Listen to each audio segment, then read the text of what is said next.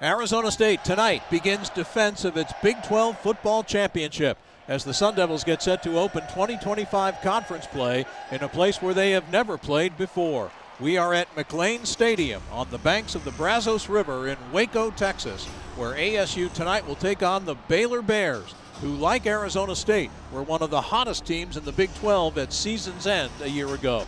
Good evening, everybody. I'm Tim Healy, alongside my broadcast partner, former Sun Devil quarterback Jeff Van Raphorst, as we welcome you to our Sun Devil Radio Network broadcast of tonight's game, which will be played on a warm late summer evening here in Waco. Game time temperature 89 degrees. Arizona State got back on track last week, shaking off a last-minute loss at Mississippi State the prior Saturday to defeat Texas State by the score of 34-15. And Rapper in particular was a nice bounce back by quarterback Sam Levitt, who threw for 2 touchdowns, ran for another, and compiled nearly 250 total yards. Yeah, he just looked like he was going to make plays. Gave his body up a little bit early, was rushing, and then he did something later in the game I've never seen him do before, and that's scramble and slide. So love to see that from Sam. I think less of Sam and a great offensive performance will be the what you'd want to order tonight. The Sun Devil defense did its part last week, compiling 10 tackles for loss, 5 sacks, 3 forced fumbles, while exerting game-long pressure on Texas State quarterback Brad Jackson. But tonight, Rapper, that Sun Devil defense will be under the microscope because they're going up against a really good Baylor offense. Yeah, they're going against one of the best quarterbacks in the country right now. Number 2 passing yards, number 3 in touchdowns. Sawyer is quite the quarterback, 6'4", 220. I think the big thing for us, though, Tim, is can we put pressure on a quarterback with our 4-man front without having to commit to a blitz. They have 3 good wide receivers, and we've seen what man-to-man can do. Sawyer Robertson has been impressive. He's got 4 good receivers, an all Big 12 tight end, and Michael Trigg, who is a game-time decision health-wise. And Baylor also features the leading rusher in the Big 12, and Bryson Washington, who's rushed for 304 yards this year. The number 2 rusher in the league is Arizona State's Raleek Brown. And it seems to me, Rapper, that the Auburn Tigers may have planted or drawn up the blueprint to beat Baylor when they defeated the Bears here in the opening game on a Friday night 3 weeks ago. Auburn won because they ran the ball down Baylor's throats, running for over 300 yards. The Sun Devils have rushed for over 200 in each of their 3 ball games. Yeah, I think that is the recipe. They ran the ball 52 times, over 300 yards. I think they only threw 17 pass attempts. So you're probably looking at, 70-30 run to pass. They hammered them. And one interesting stat against Baylor on their defense, they're giving up 4.2 yards per rushing attempt on first down, 4.9 on second, and 5.3 on third. Wow. So I tell you what, I think the key is can the Sun Devils establish their ground game, not only to move the ball and score points, but keep that really good Baylor offense off the field. Yeah, the best place for a hot quarterback is on the bench, and you want to get him over there. It's such a contrast in styles. The Big 12 has always been known as that passing league, right? That Texas Tech, spin it around, Oklahoma, Johnny Manziel, and you come down here. Well, the way you win is to run the football, and the way you win is to stop the football. We've seen that recipe from Utah over the years, although they got worked pretty good by Texas Tech today. Yeah, they sure did. Beautiful stadium here on the banks of the Brazos. McLane Stadium seats 45,000. Surprisingly, a lot of empty seats right now as the 2 teams taking the field. Already on the field, the 3rd member of our broadcast crew, as we say hello to Kevin Turner. KT? Yeah, guys, beautiful night, about 89 degrees. First time in 2025 we'll play on synthetic turf. And the way I see it tonight, guys, it's all about rinse and repeat. It's playing with that defined sense of urgency we talked about last week and winning at the line of scrimmage. And I'll tell you, it's about playing atom ball. Just run it right at them. And then when the opportunity presents itself, take a shot. Execute the intermediate and deep ball passing game. Defensively, just 3 words: fast and physical. Wait, 3 words? Yeah, play fast and physical. There you go. Okay. You got your math right, Jeff. All right. And let's have a throwback to the 80s. Well, let's go down to the coin toss right now. The referee tonight, Kevin Boitman, conducting the toss of the coin.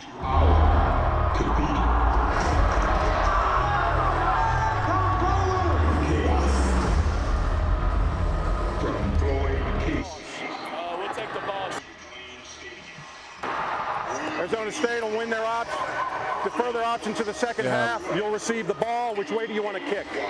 A lot of background noise there, but you probably caught the gist of it. Arizona State has won the toss, and the Sun Devils will defer their option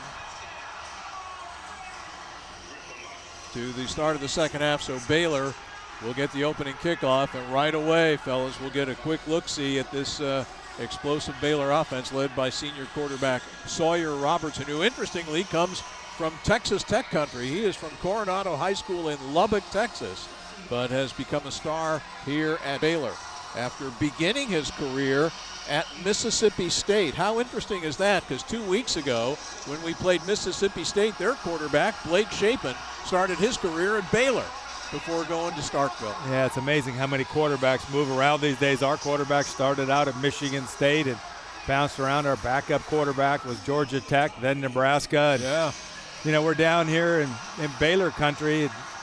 Kind of nice before the game. Each school has its own unique flair, and we're kind of learning what the Big 12 is like. This is it's right on the Brazos River. It's a Baptist university, and before the game, they had a guy come out and give a prayer, bless over the players, and it's neat to see what each school's like. And you get in the South, one thing's for sure, they play hard football, they have great crowds, and they honor the Lord. So it's fun. It's Texas football at its best, and the Baylor fans, KT, have been very welcoming to the Arizona State traveling party here so far. Old-fashioned Southern Texas hospitality. One last thing, in homage to our 80s generation of Sun Devil football players, the Sun Devils have traveled here to Baylor in their traditional 80s gold pants, white jerseys, and the gold helmet, and Sparky has made the trip. KT, the other thing I'm watching right now is the players are jumping around. I mean, they got there's a lot of energy right now on the sidelines. I don't know if they have told the players that aren't on the field right now, they better bring it from an energy standpoint, but got to get out to a quick start. And looks like down there on the sidelines, you're there, I don't know, but guys look like they're ramped up. Yeah, we're all pretty twitchy down here right now. I'm standing next to Raleigh Brown, and he can't wait to get in, and here we are underway. As Jesus Gomez hits the kickoff and sends it through the end zone for a touchback. And so Baylor will start from its 25-yard line. 6'4" Sawyer Robertson has thrown for 1,070 yards, second most in the nation coming into the weekend. His 10 touchdown passes, third most in the country. Running back Bryson Washington, a sophomore from nearby Franklin, Texas, is the leading rusher in the Big 12, 304 yards, averages 4.5 yards a carry. And four outstanding wide receivers led by first-team All-Big 12 senior Josh Cameron. Two receivers to either side of the formation. Robertson out of the shotgun on 1st and 10 from the 25-yard line as Robertson gets the snap, throws a quick slant that's caught out past the 35-yard line, and it is a first down.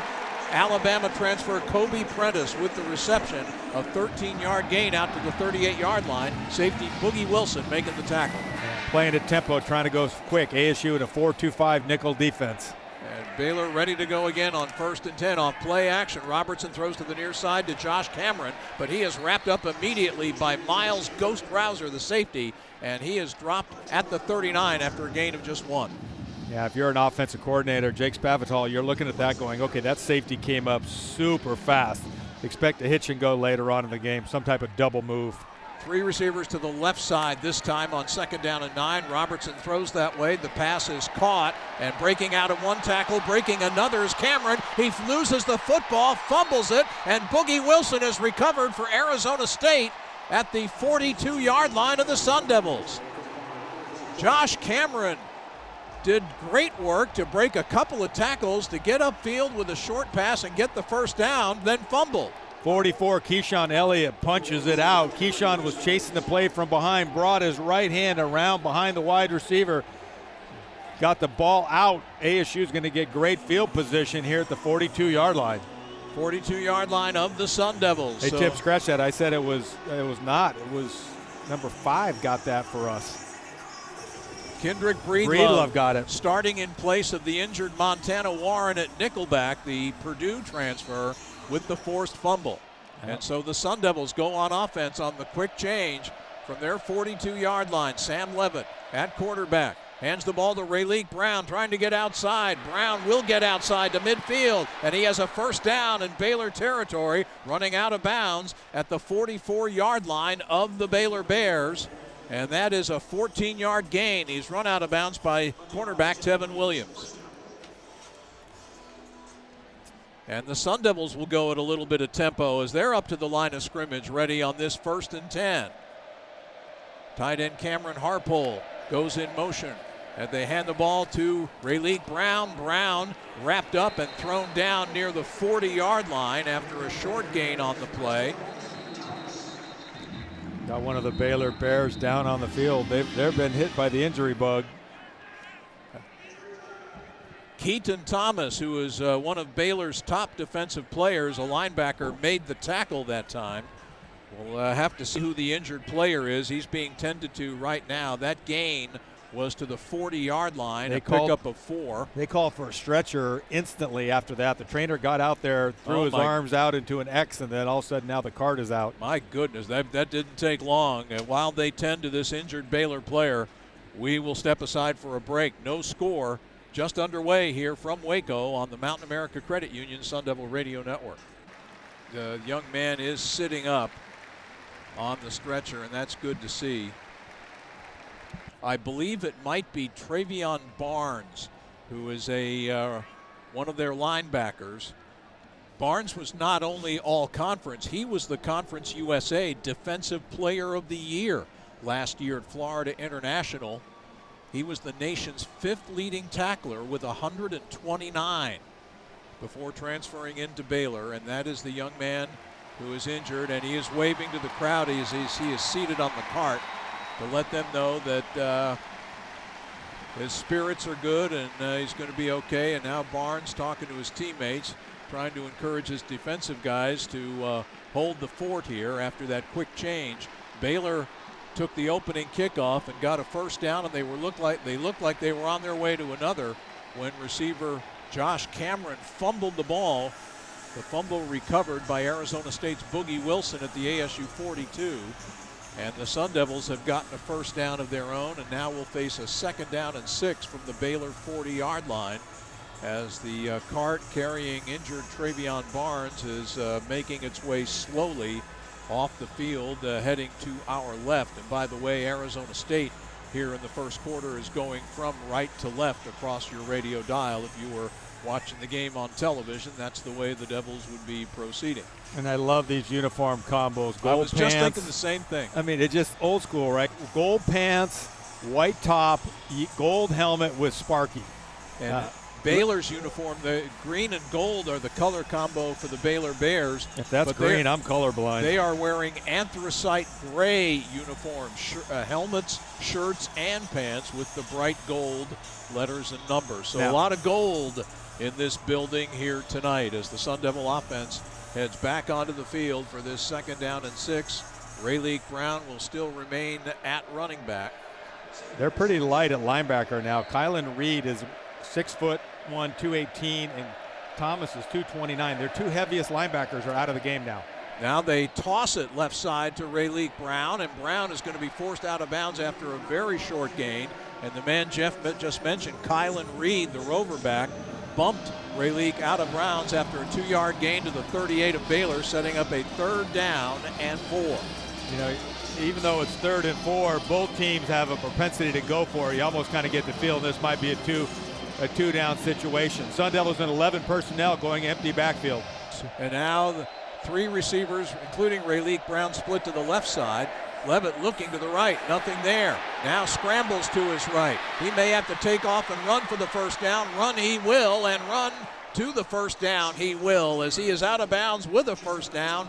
A scramble to the 33-yard line, and a first down for Scramblin' Sam before safety Devin Bobby ran him out of bounds. Yeah, 55% of his rushes go for a first down or a touchdown, so add another one to that metric. 1st and 10 for the Sun Devils from the Baylor 33-yard line. Kanye Udo is now in at running back, lined up in a pistol look behind Levitt. Udo doesn't get the handoff. It'll be Levitt keeping it, but a great defensive play by safety Devin Bobby. A nice open field tackle. Sam Levitt faked the give to Udo and took off on a design run, but Bobby dropped him after a very short gain, maybe a yard. Yeah, good job by Bobby coming up, taking inside leverage, forced Sam one way, forced him to bounce the ball wide, then Bobby got down into his feet and legs and made the tackle. Malik McLean and Jordan Tyson split to the left side. Shimon Mateer and Jaron Hamilton to the right. Brown motions out of the backfield. Levitt looks to throw. Pass downfield. Incomplete. Tried to get it to Malik McLean on the near sideline inside the 10-yard line. And the ball well behind McLean, out of bounds. It'll be third down. Yeah, that's a good throw by Sam. He wanted Malik McLean in that zone defense to throttle down or stop along the sidelines. It was a cover 2 shell, a half-field safety, and Malik kept running through it. Sam threw it behind him. Just a little miscommunication. We've seen that with anybody other than Jordan Tyson and Sam Levitt. 3rd and 9. Raleek Brown motions back into the backfield. A high snap. Levitt flares it out of the backfield to Brown. Brown to the 30, 25, 20. Raleek Brown dragged down with a first down at around the 10-yard line. There's a penalty flag down on the play, thrown in the secondary toward the middle of the field. Brown was tackled on the far edge of the field. They're going to get a holding, I think, on Ben Coleman.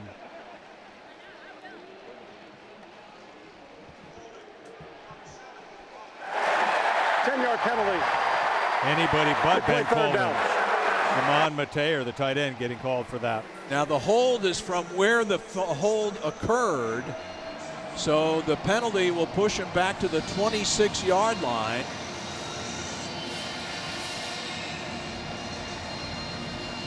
And so it's 3rd and 3. So not as catastrophic a penalty as it could have been. It does negate the first down, but because the penalty is marked off from where the foul occurred, it's 3rd and 3 for the Devils from the 26-yard line. On 3rd down, it's a fake give, and Sam Levitt takes off, runs with the football, and gets the first down to the 21-yard line. Kyson Brown was in on the last play, by the way. Brown returning to the lineup after missing last week's game with an ankle injury. Sam did a great job. He kept the ball, so they faked the jet sweep to the outside, and he keeps it up the middle. So the Devils have reached the Baylor 21-yard line, 1st and 10. Udo is in at running back.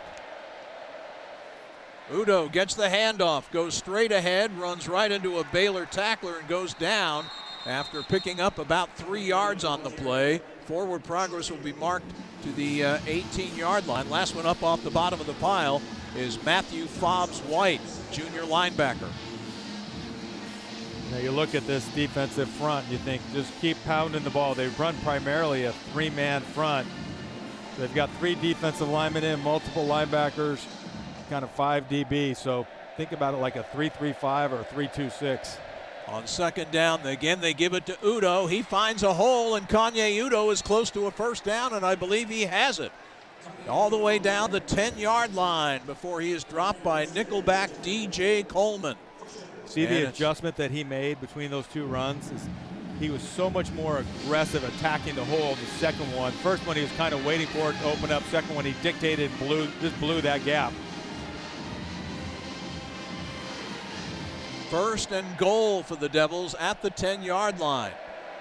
Levitt will line up under center. Udo motions back into the backfield. It is a compressed formation. A whistle blows and a flag is dropped just before the ball is snapped.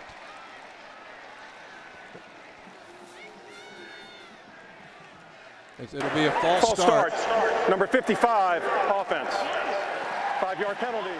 Still first down. Left guard Jameto Obibo guilty of the false start as we check in quickly with Kevin Turner. Hey guys, it's pretty noisy down here at the band side of the field. ASU has implemented a silent count, and it's on Coleman. It's Coleman's discretion when to snap the ball. And the Devils penalized now back to the 15-yard line. 1st and goal. The give to Udo. Udo trying to get outside to the right, and they're not going to let him do it as he is dropped after a very short gain. Kylan Reed and DJ Coleman teaming up on the tackle for Baylor. The advance of the ball just inside the 14, so it's a gain of just 1.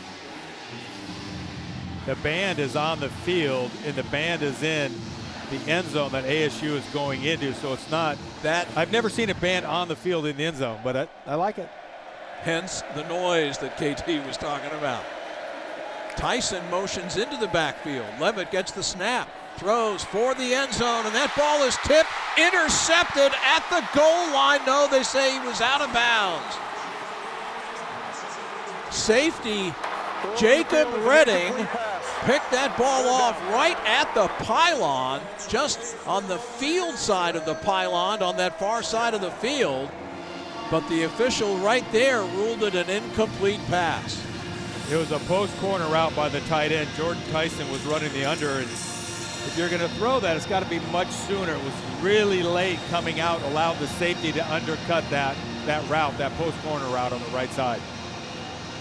So it is 3rd and goal. The Devils dodge a bullet there, and they will go empty once again. 3 receivers left side, 2 of them tight ends, 2 to the right, and now one of those receivers, Rayleigh Brown, motions into and now back out of the backfield as Levitt on 3rd down throws a slip screen that's dropped by Tyson at around the 12-yard line. So that false start penalty really just got the Devils off the tracks on this drive, and they will have to settle for a field goal attempt from Jesus Gomez. After they had it 1st and goal at the 10, they now have it 4th and goal at the 14. Punter Canyon Floyd, who is a game-time decision as to whether he will punt, and he did not do a lot of punting in pregame warm-ups, is in to hold for Gomez on what would be a 31-yard field goal try from the far hash. And there's the kick. It's airborne on the way, and the kick is good. So a 31-yard field goal by Jesus Gomez gets Arizona State on the board first. And that field goal means Mountain America Credit Union will send another $250 to the Sun Devil Club. Just another way Mountain America Credit Union is giving back and supporting Sun Devil athletics. Mountain America Credit Union, the official credit union of Sun Devil football. Timeout on the field, 8:21 remaining first quarter. It's Arizona State 3 and Baylor nothing here on the Mountain America Credit Union Sun Devil Radio Network. Circle K makes your day. Sign up for Inner Circle Rewards on the Circle K app and score 25 cents off per gallon on your first 5 fill-ups, plus exclusive discounts on food, drinks, and more. That 14-play, 45-yard drive took over 5 minutes, capped off by a 31-yard Jesus Gomez field goal.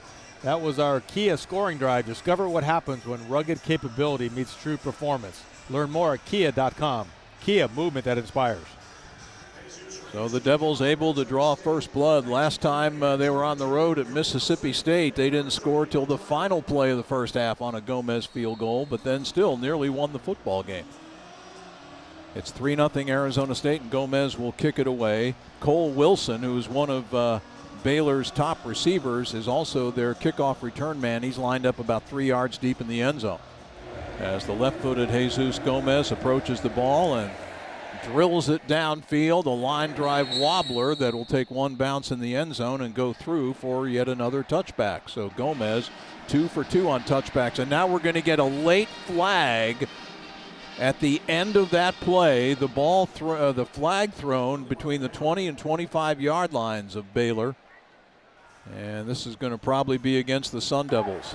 After the play was over, personal foul, unnecessary roughness, number 24 of the receiving team. Oh, wow. At the distance to the goal line, first down. Micah Gifford, a reserve defensive back for Baylor, is the one penalized. So the Devils have dodged a couple of bullets in the early stages of this game. The penalty will push them back between the 12 and the 13-yard line, and it will be 1st and 10 for the Baylor Bears, who trail 3-0. Sawyer Robertson will work out of the shotgun on first down. Gets the snap, wants to throw, gets a quick slant off, and it's complete.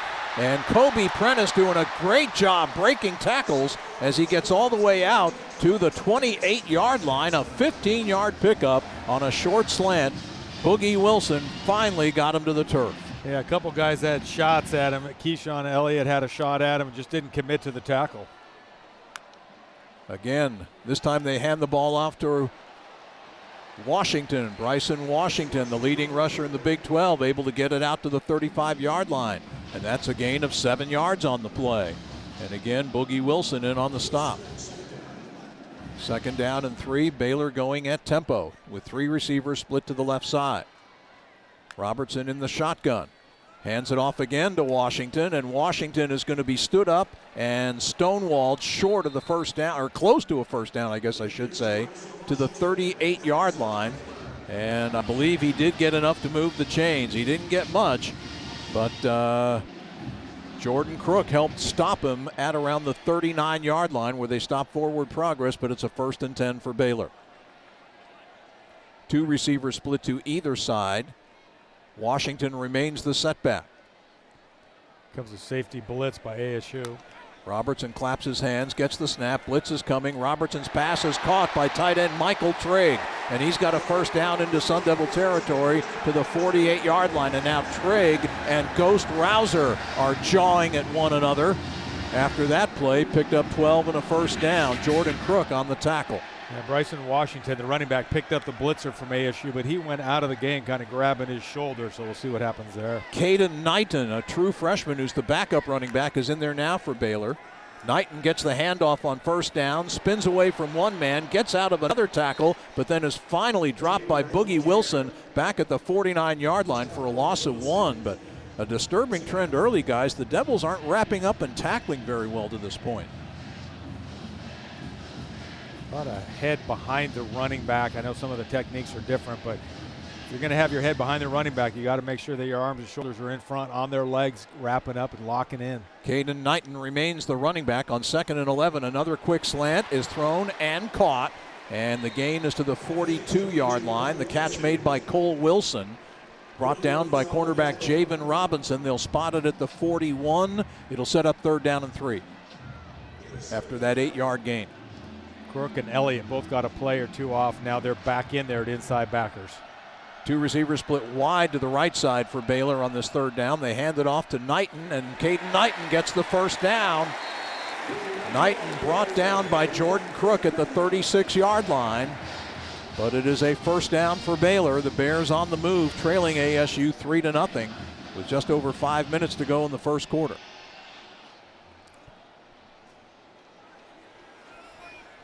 This drive started at the Baylor 12 after the penalty on the kickoff.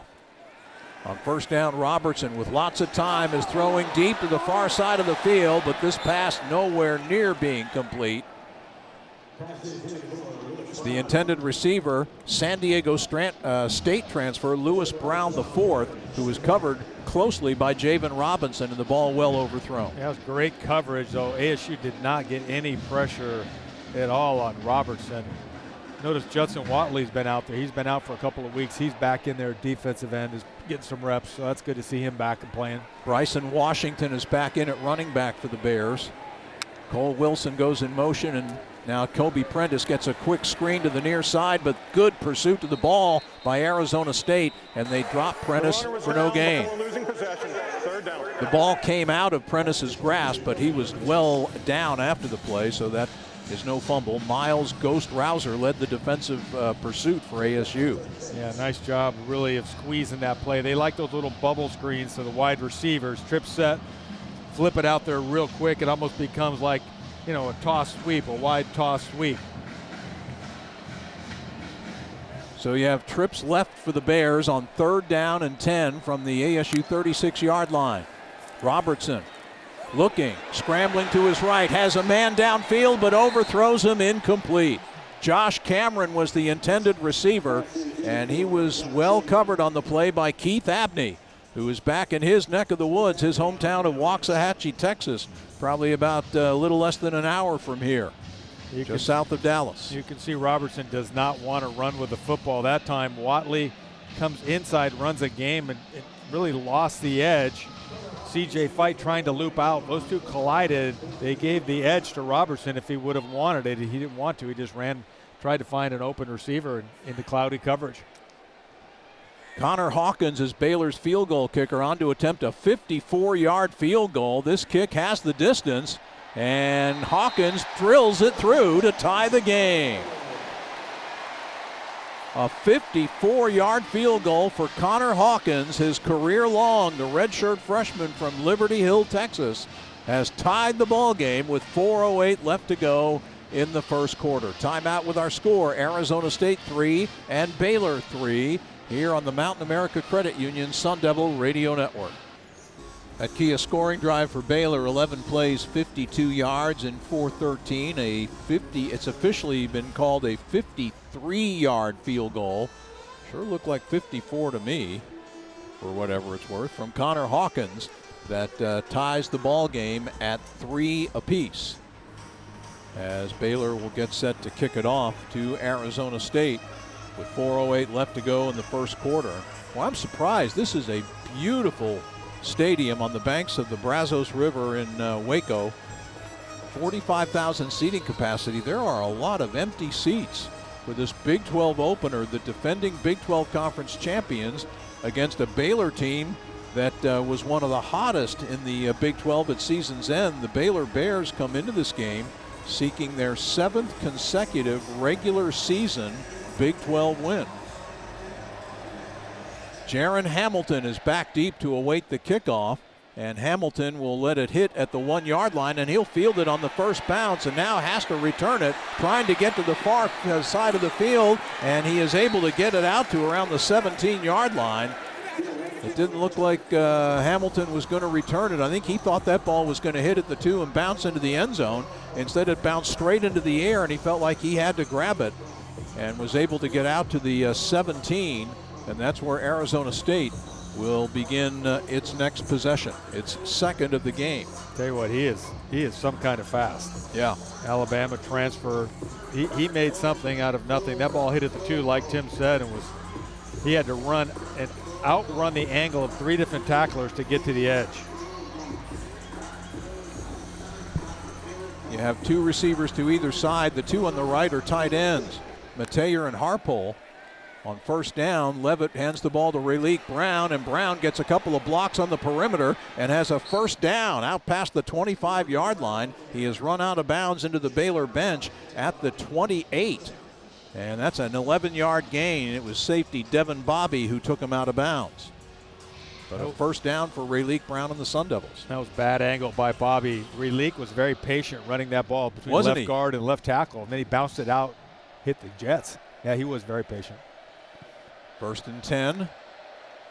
Levitt to throw over the middle, complete to Cameron Harpole, who sidesteps a tackler on a nice move and gets upfield to the 39 and picks up a first down on a 12-yard gain. Tyler Turner in on the stop for Baylor. Roommate to roommate right there. A little hitch route by the tight end, and those are nice, easy throws for Sam to kind of get into the game, right? Just ball comes out quick. It's right basically in front of you because the tight end was lined up next to the right tackle. Second reception this year, 3rd in the career, the ASU career of Cameron Harpole. 12 personnel, 2 tight ends left, 2 receivers right, back in the backfield. Rayleigh motions into the backfield. Off the play fake, Levitt has to spin away from pressure, and now throwing deep downfield. He's got a man downfield. Tyson made a leaping catch, and then the ball popped out of his hands at the 5-yard line with safety Tyler Turner defending.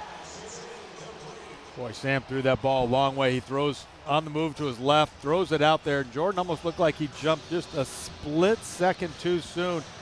Got his hands on it. Defensive back was there, but that was a 50-50 ball, right? Just so the Sun throw it Devils up and let him catch it. Sun Devils take a shot on first down. Now they have 2nd and 10 from the Arizona State 39-yard line with 2:43 remaining in the first half. ASU and Baylor tied at 3 apiece. On second down, they will run the ball. Again, patience by Rayleigh Brown, looking for a hole, but he didn't find much. Able to get it out to the 42-yard line. A 3-yard gain that will set up a 3rd down and 7. As Matthew Fobbs-White, the weak side linebacker, was on the tackle. Baylor with some subs defensively. ASU on 3rd down this year, they've struggled at 27%. So far tonight, they've done better. They're 2 out of 4. Sun Devils came into this game last in the Big 12, 128th nationally in 3rd down conversions.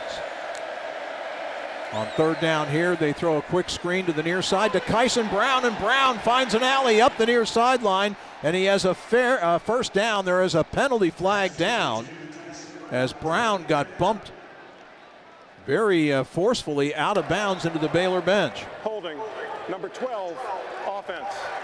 10-yard penalty, replay third down. Boy, Malik McLean has had a knack of coming up with some untimely penalties this year, and that one is on him. A hold on McLean nullifies that first down reception by Kyson Brown.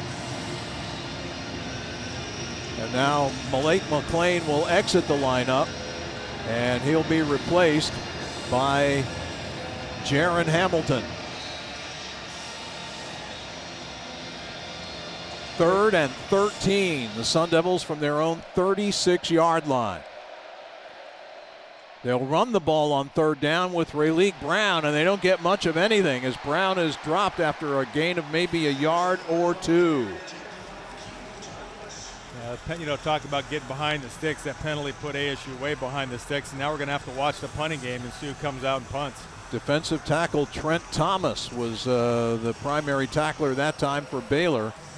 And so Arizona State will punt for the first time tonight, and it will be Canyon Floyd, who did not punt last week because of an injury, was able to hold for kicks. He held on Jesus Gomez's field goal earlier this quarter. Josh Cameron is the punt returner for Baylor, and a very good one as Floyd puts foot into it, and a beautiful high spiraling kick. Cameron fields at the 15-yard line, gets to the near side of the field with room. He's all the way out to the 30, out to the 40, and then he gets popped and dropped there by Jalen Clem, a reserve Sun Devil offensive lineman. A great tackle by Clem, but a great return of 27 yards for Josh Cameron. So Baylor will have great field position when we return. 51 seconds left in the first quarter. It's Baylor 3 and Arizona State 3 here on the Sun Devil Radio Network.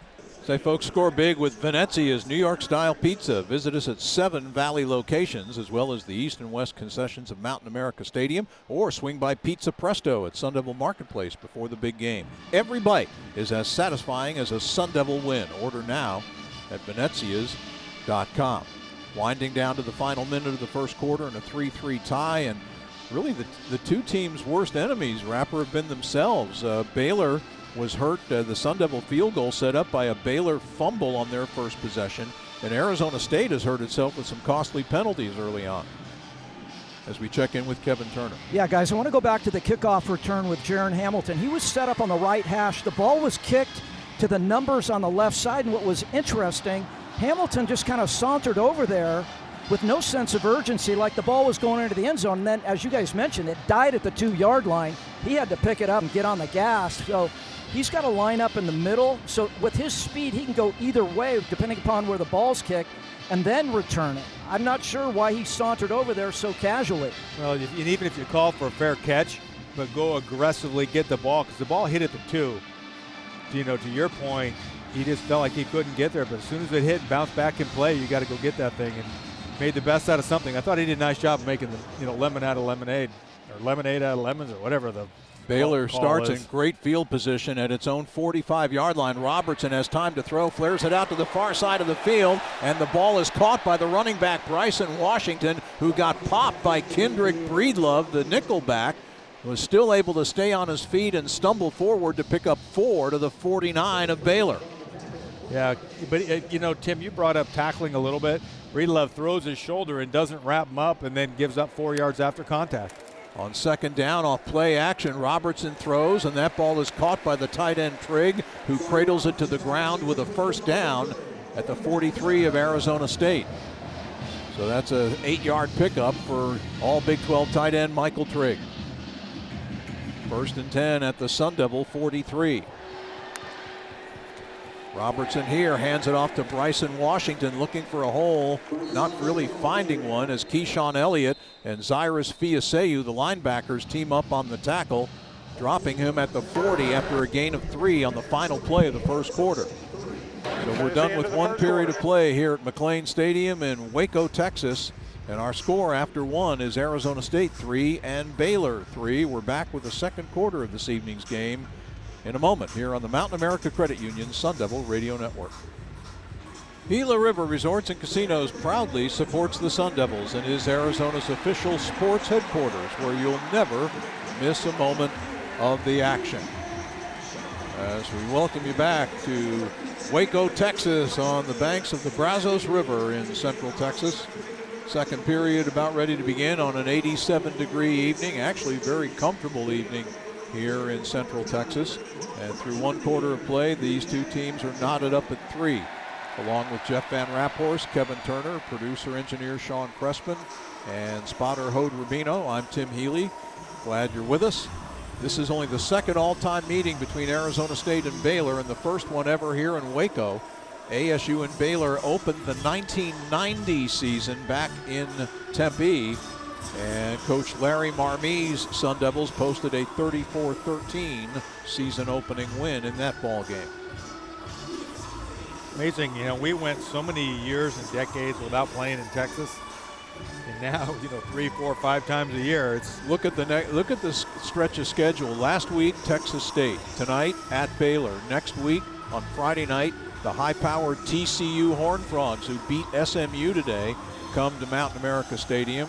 And then after a bye and a trip to Utah, the Devils are back on the Texas Trail hosting Texas Tech. And how about their win today at Utah, 34-10. And then the Houston Cougars, who are off to a 3-0 start, come to Mountain America October 25th. Quite a stretch of games. Well, and it's good for recruiting. A lot of Texas players, and Arizona State was looking for that way to get those kids that Texas-Tempe connection. Your family can come see games, that they like that. Both teams head back onto the field. Defensively, the Sun Devils defensive front, Prince Dorba and Elijah O'Neal on the edges. CJ Fight, Jacob Rich Kangaika on the interior. Keyshawn Elliott, Jordan Crook, the linebackers. Kendrick Breedlove at nickel. Javen Robinson, Keith Abney at the corners.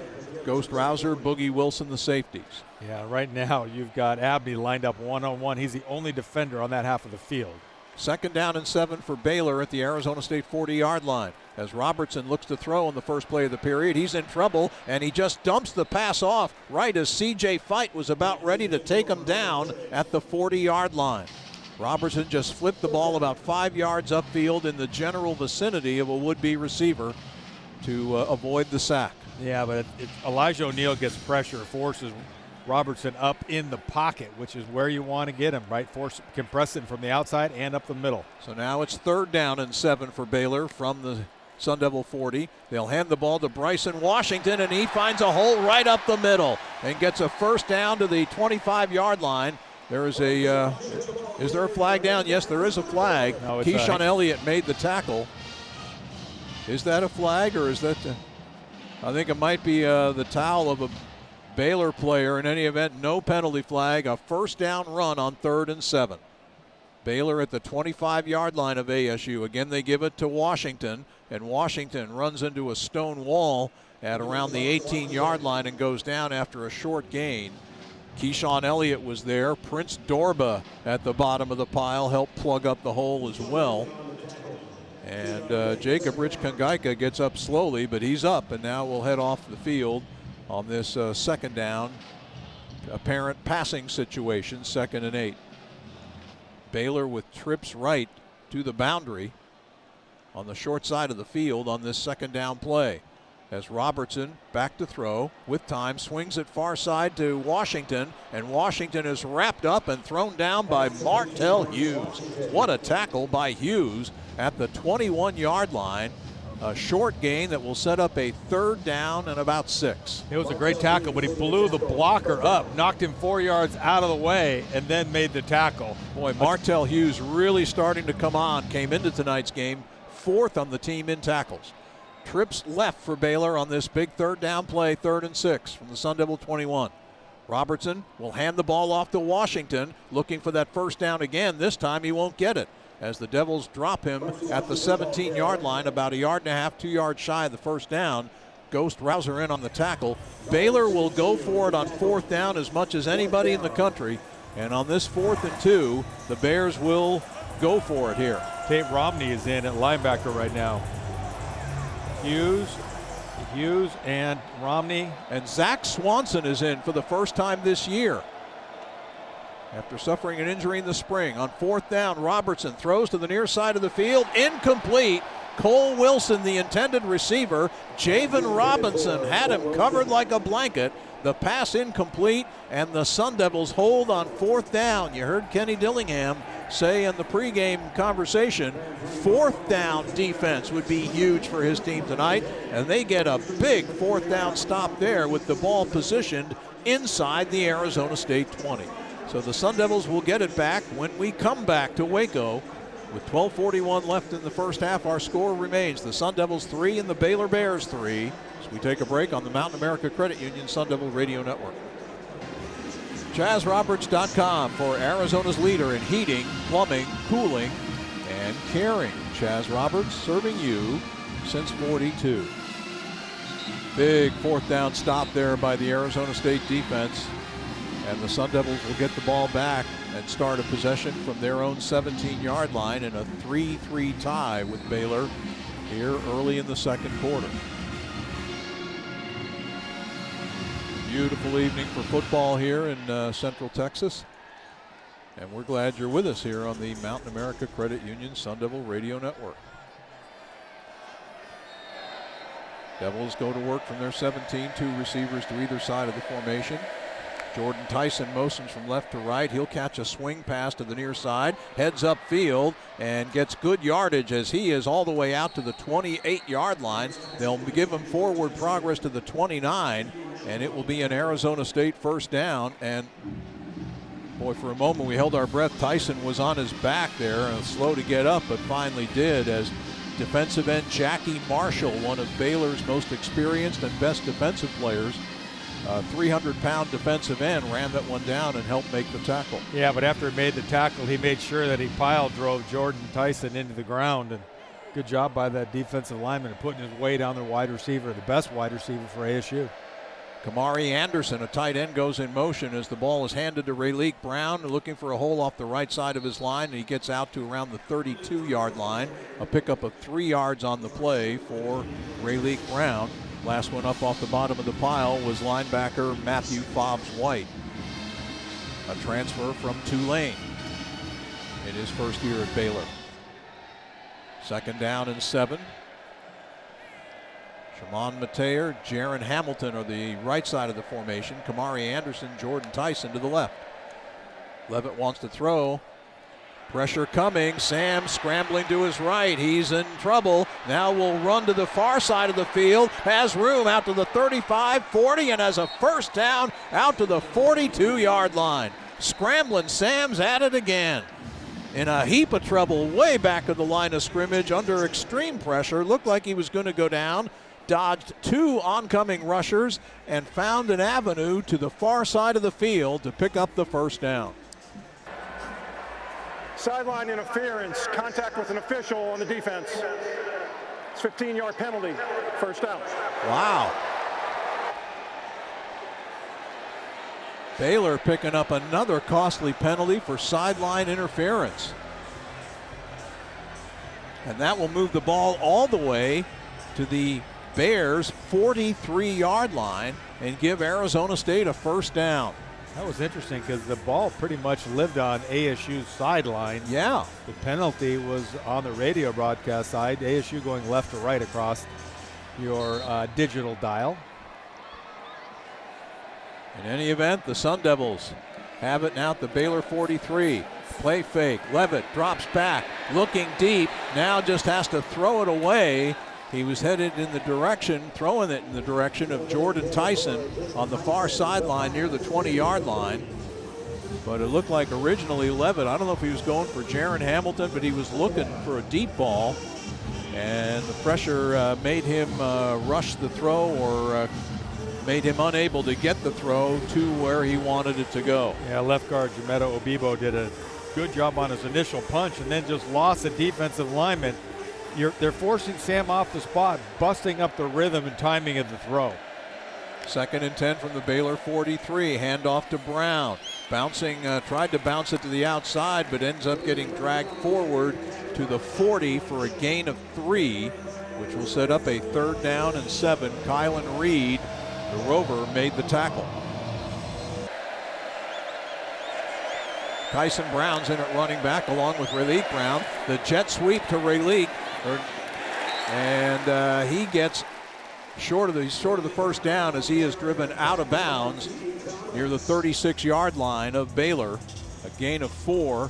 Linebacker Keaton Thomas helped drive him into that Sun Devil bench area. An injured Bear coming across the field, and that looks like it's cornerback LeVar Thornton Jr., starting cornerback from Fort Worth. He's a big corner. I was going through our depth chart. 6'3", 182. Yeah, very big. Very, almost Mike Haynes-ish. We talked about how Baylor likes to go for it on 4th down. Well, the Sun Devils aren't shy about doing that either. They're 8 of 15 this year, 12th in the Big 12, and they're going to go for it here on 4th down and 3 from the Baylor 36-yard line in a 3-3 tie. Kyson Brown is the setback. Shimon Mateer goes in motion. Levitt to pass. Quick slant is caught by Tyson, and he's got a 1st down, just barely as a 1st down. His forward progress took him to the 31, but they're going to say he was down at the 33-yard line. He got the line to gain, but barely. But the Devils do convert on 4th down and move the chains. Nice job. The 2 receivers to the right. Tyson lined up wide to the right, runs the slant. The inside receiver pushed up, got out of the way, and Tyson found the zone. Rayleigh Brown back at setback. He gets the handoff here, heading left, trying to turn the corner. And Rayleigh Brown just lowers his shoulder into a Baylor tackler and bounces off him and is able to get to the 37-yard line before finally being brought down by safety Devin Bobby. Yeah, that guy that got run over just ran over the sidelines like, oh, thought he wanted out, but he was switching sides. That's a 6-yard gain that time for Rayleigh Brown. He showed a little Cam Scattaboo there off a fake pitch. Levitt goes back, throwing deep for the end zone. Malik Brown is mugged in the end zone. The pass goes over his head, incomplete. Tevin Williams III, the other starting Baylor cornerback, was defending Malik McLane and just basically tackled McLane in the end zone. Yeah, that's a Pass tough interference. Number 27, defense. 15-yard penalty, automatic 1st down. Tough 2 plays for Tevin Williams. He got run over by Rayleigh Brown, switched sides, had the fade route. And it was interesting, the one time that Sam did not look at Jordan Tyson was all alone in the end zone, ran down the left hash, but wow. They had 2, Malik going deep in the end zone and Tyson going into the end zone, and both of them were there. They are trying to get Malik McLane more involved in the offense right now. McLane with only 3 receptions so far on the year. Kyson Brown in at running back. As Sam Levitt on a design run takes off and gets inside the 10. A flag is down, so is Levitt at the 7. As Sam Levitt brought down on the play. ASU's going to get a holding on that. Cornerback Caden Jenkins in on the tackle. Boy, penalties have hurt both teams. Illegal formation, 5 players in the backfield, offense. 5-yard penalty, replay 1st down.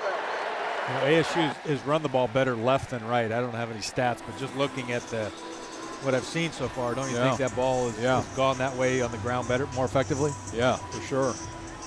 The penalty pushes Arizona State back to between the 17 and the 18-yard line. That's the 4th penalty of the game on ASU for 30 yards. Baylor's been penalized 3 times for 19.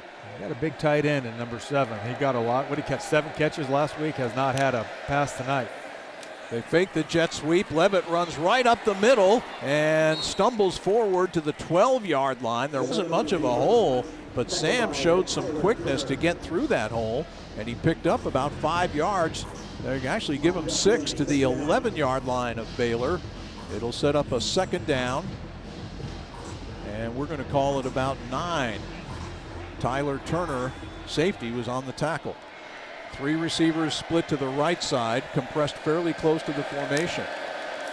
Off play action, Levitt throws to Tyson on a slip screen, but Tyson is wrapped up as that play was defended very nicely by Baylor as Kendrick Simpkins, a linebacker, made the tackle. Tyson only able to gain 2 to the 9-yard line. But on that last play, you know who was in the lineup for the Sun Devils was true freshman running back Grayson Rigdon. Or was that Demarius Robinson? I couldn't tell which one. I think it was 23, Robinson. Yeah, I think you're right. 3rd down and 7 from the 9. Levitt, 3-step drop, fires to the near side, caught by Mateer, breaks a tackle at the 4, drives forward toward the goal line, and he gets a first down to the 1 of Baylor. What an effort by Shimon Mateer. Catching that short pass at around the 5, broke 1 tackle, and then just surged forward, would not be denied till he got the first down. Quarterback sneak, the center's uncovered. 1st and goal from the 1. Levitt tries to sneak it in, but I don't think he got there. It looks like they're going to mark him short right near the front of the goal line. And indeed, he does not get in. I'll tell you, this was quite the catch by Shimon Mateer. The ball was on top of his shoestring, went down and got that, and then ran through 3 or 4 defenders. Heck of a play by Mateer. And now the Sun Devils, Sam Levitt's trying to get everybody gathered around in a huddle. Play clock at 19. Levitt under center on 2nd and goal. Levitt again tries to sneak it in, and he's in there. Touchdown Devils. Sam Levitt on 2nd down gets the quarterback sneak, and Arizona State has the game's first touchdown. And Sam Levitt has his 4th rushing touchdown of 2025. And ASU is back in the lead at 9-3 pending the extra point. And you can hear the cheers from a very solid contingent of Arizona State fans who have made the trip to Waco for this game. Jesus Gomez on to attempt the extra point out of the hold of punter Canyon Floyd.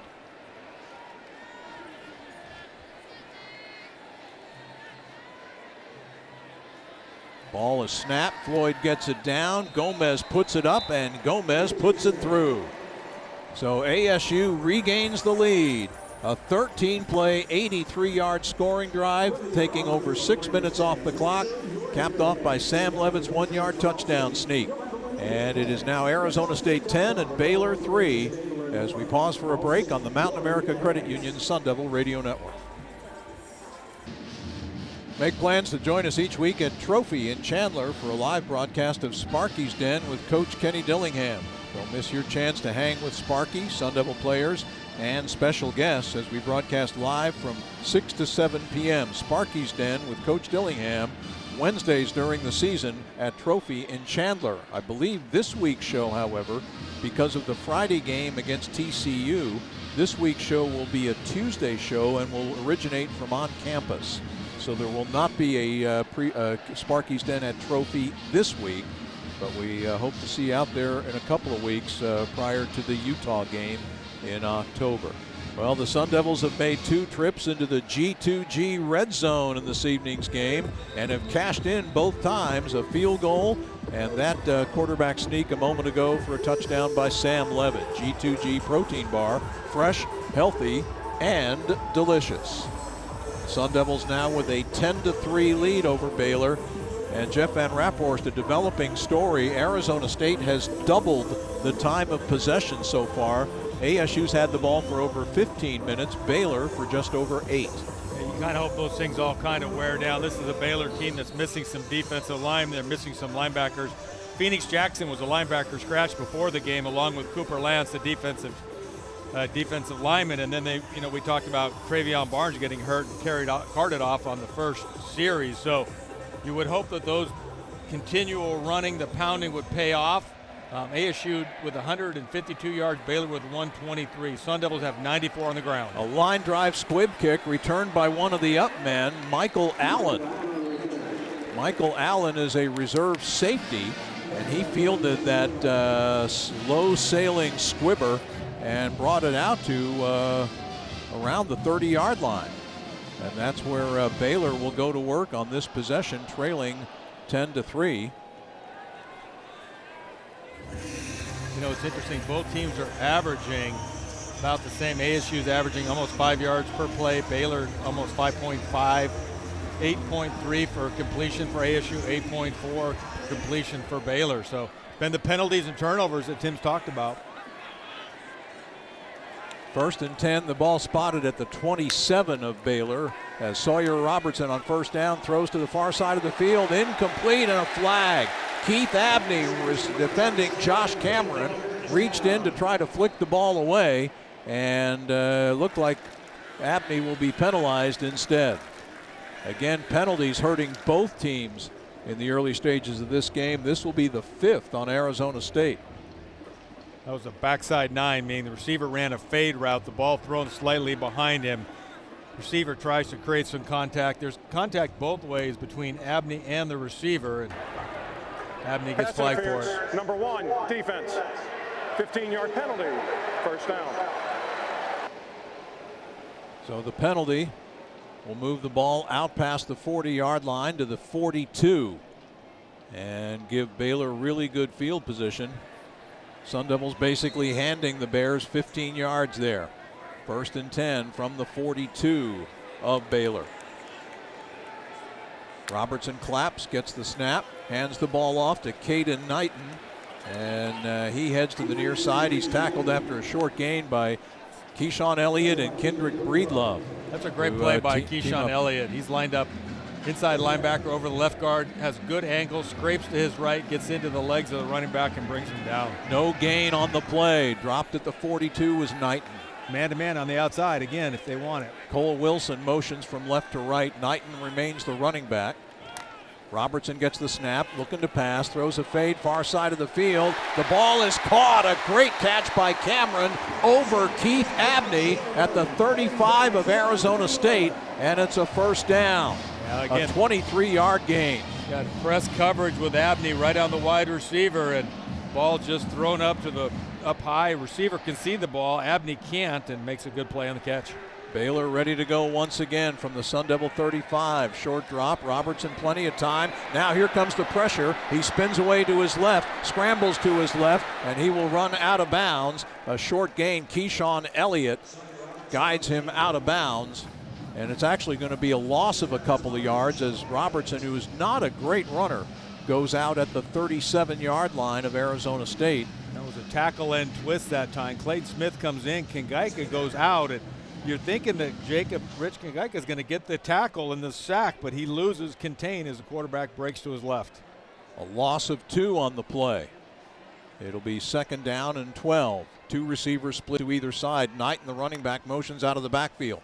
And now they throw a slip screen to Lewis Brown the 4th, and he gets upended nicely by Ghost Rouser after a gain of about 3 yards to the 34-yard line. That was great defense as far as everybody playing. They faked the screen to the trips to the field, ran a delayed screen on the backside to X. Everybody was blocked except Rouser had to come on and make that one-on-one tackle, and he did for, a 1-yard gain. Very nicely done. Martell Hughes checks in to replace Tate Romney at a linebacker spot for ASU. On this 3rd down and 9 play, the ball at the 34-yard line of Arizona State. Clayton Smith now is a late sub into the defensive line. And Elijah O'Neal will proceed out of there. The Devils getting time to make the change. And now a whistle blows, and Baylor is forced to use a timeout. Timeout. Baylor, their first of the half. So we're going to take a timeout as Baylor forced to call a timeout because of the Sun Devils' defense and their ability to make late substitutions on that play. Timeout with 3:54 left till halftime. Arizona State 10, Baylor 3. This is the Sun Devil Radio Network. Resolution Copper sees the value beyond the copper. Responsible mining is essential to Arizona's economy and to America's future. Learn more at resolutioncopper.com. Big play coming up here. 3rd down and 9 for Baylor. The Bears are at the Arizona State 34-yard line. Just under 4 minutes to go in the first half. ASU with a 10-3 lead over Baylor. You know, it's funny. Big difference really in the game might be that 4th down conversion. ASU converted theirs. Baylor did not. They gave up the ball on downs. Amazing how much college coaches go for it nowadays, isn't it? And Baylor will go for it as much as anybody. I watched a tape of their thrilling come-from-behind overtime win over then 17th-ranked SMU a couple weeks ago, and they went for it constantly that game.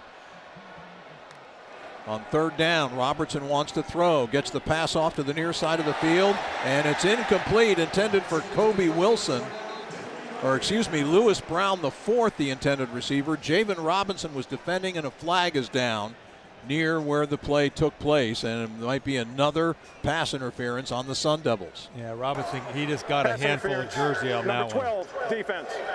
15-yard penalty, first down. Boy, these pass interference penalties have constituted the majority of this Baylor drive downfield.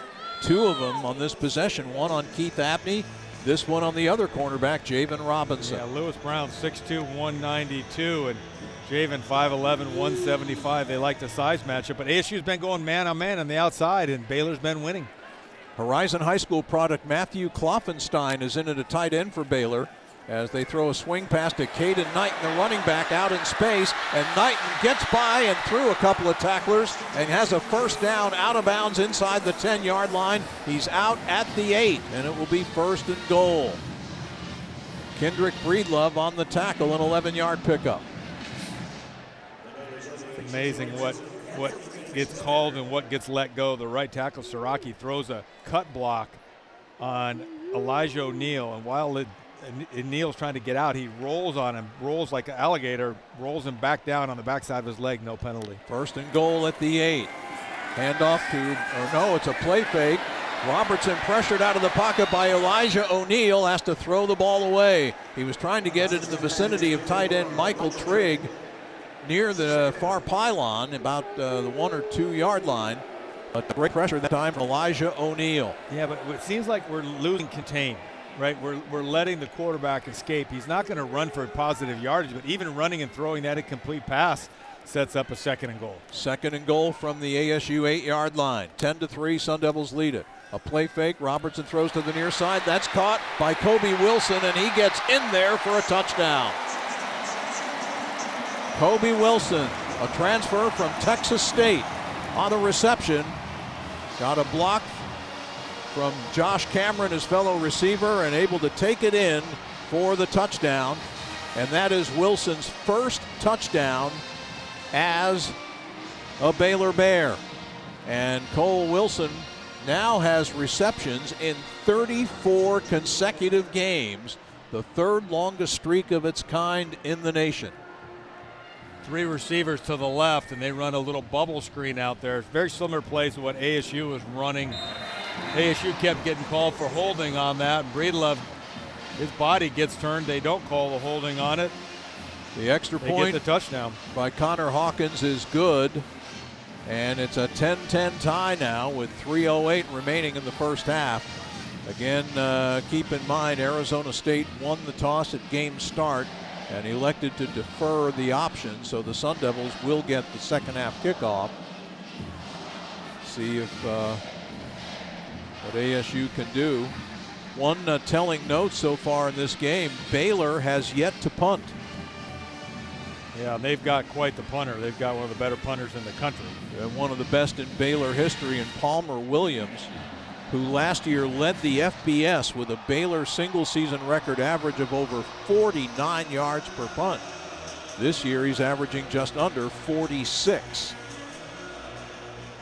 Talk about the middle 8. Kenny really wanted to win that. That's the last 4 minutes of the first half, first 4 of the second half. ASU came into the game outscoring their opponents 27-3. Number 15 for Arizona State is now wearing 41. I believe Canyon Floyd has only punted once in this ball game for the Sun Devils, as the kickoff man is Rhett Armstrong, and he rifles it downfield and out of the end zone on the fly, and it's a touchback. And Sam Levin and the ASU offense will go to work from the Sun Devil 25-yard line. 3:08 remaining in the half. ASU has all 3 of its timeouts remaining. Baylor, if you'll recall, just had to burn one a moment ago. And that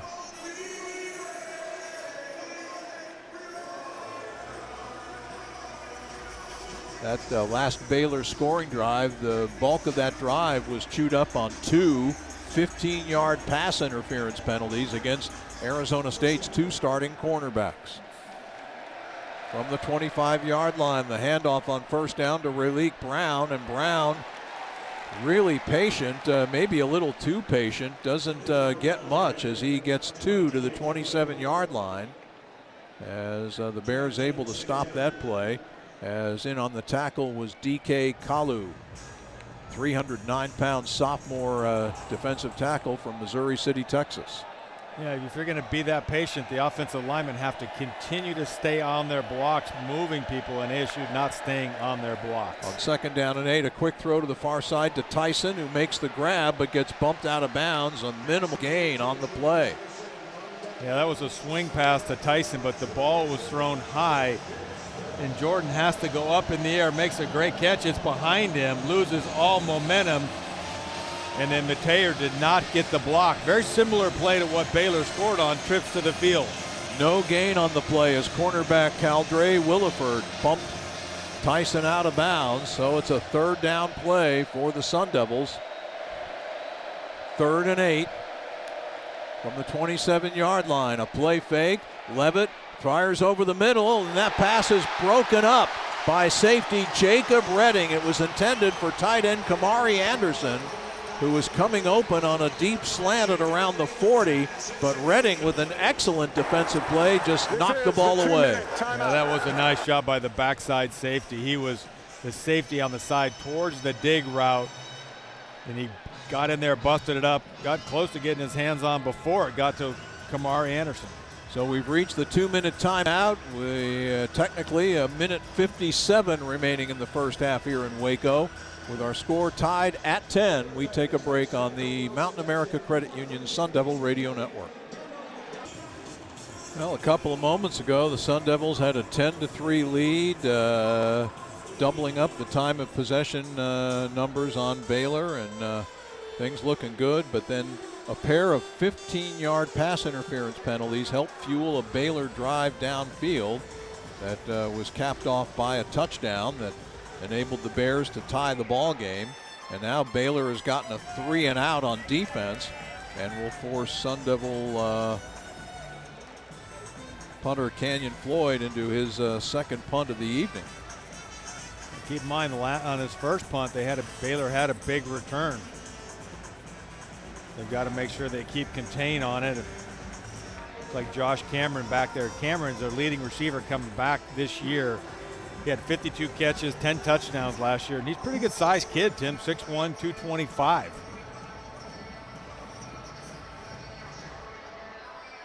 Cameron, the deep man, standing at his 27-yard line.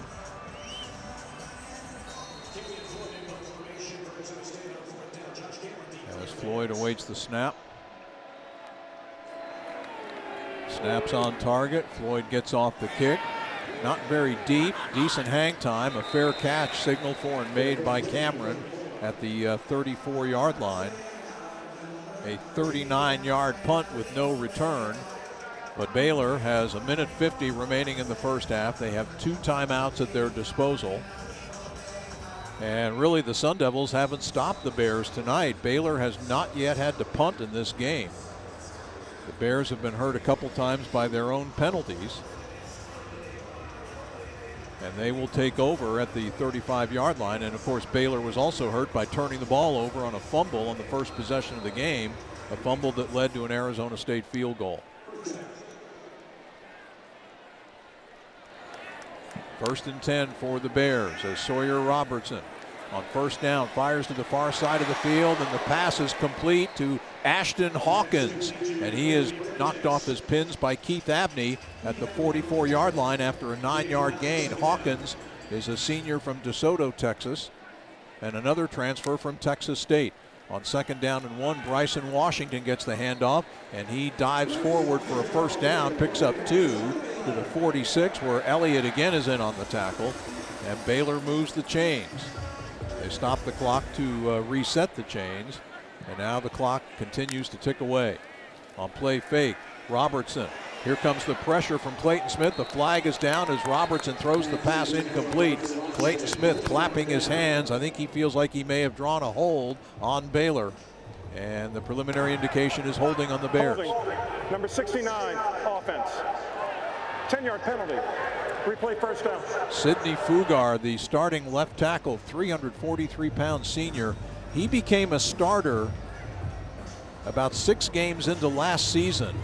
And a lot of people at Baylor credit his insertion into the starting lineup with solidifying the Bears' offensive line.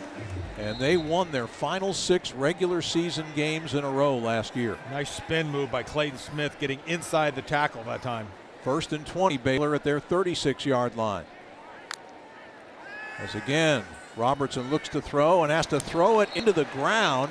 He was trying to swing it to Bryson Washington, the running back, out of the backfield in the near flat. And again, Clayton Smith was bringing the quick pressure.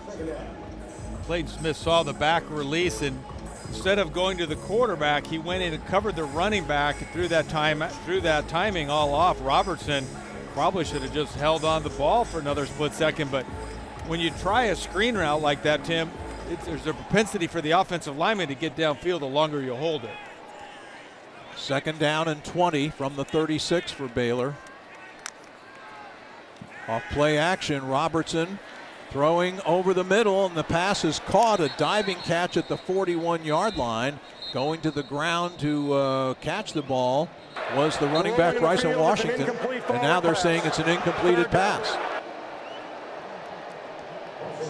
3 different officials indicating that the ball hit the ground, and so the incompletion will stop the clock with 1:06 left in the first half in a 10-10 tie. But Baylor now faces a 3rd and 20.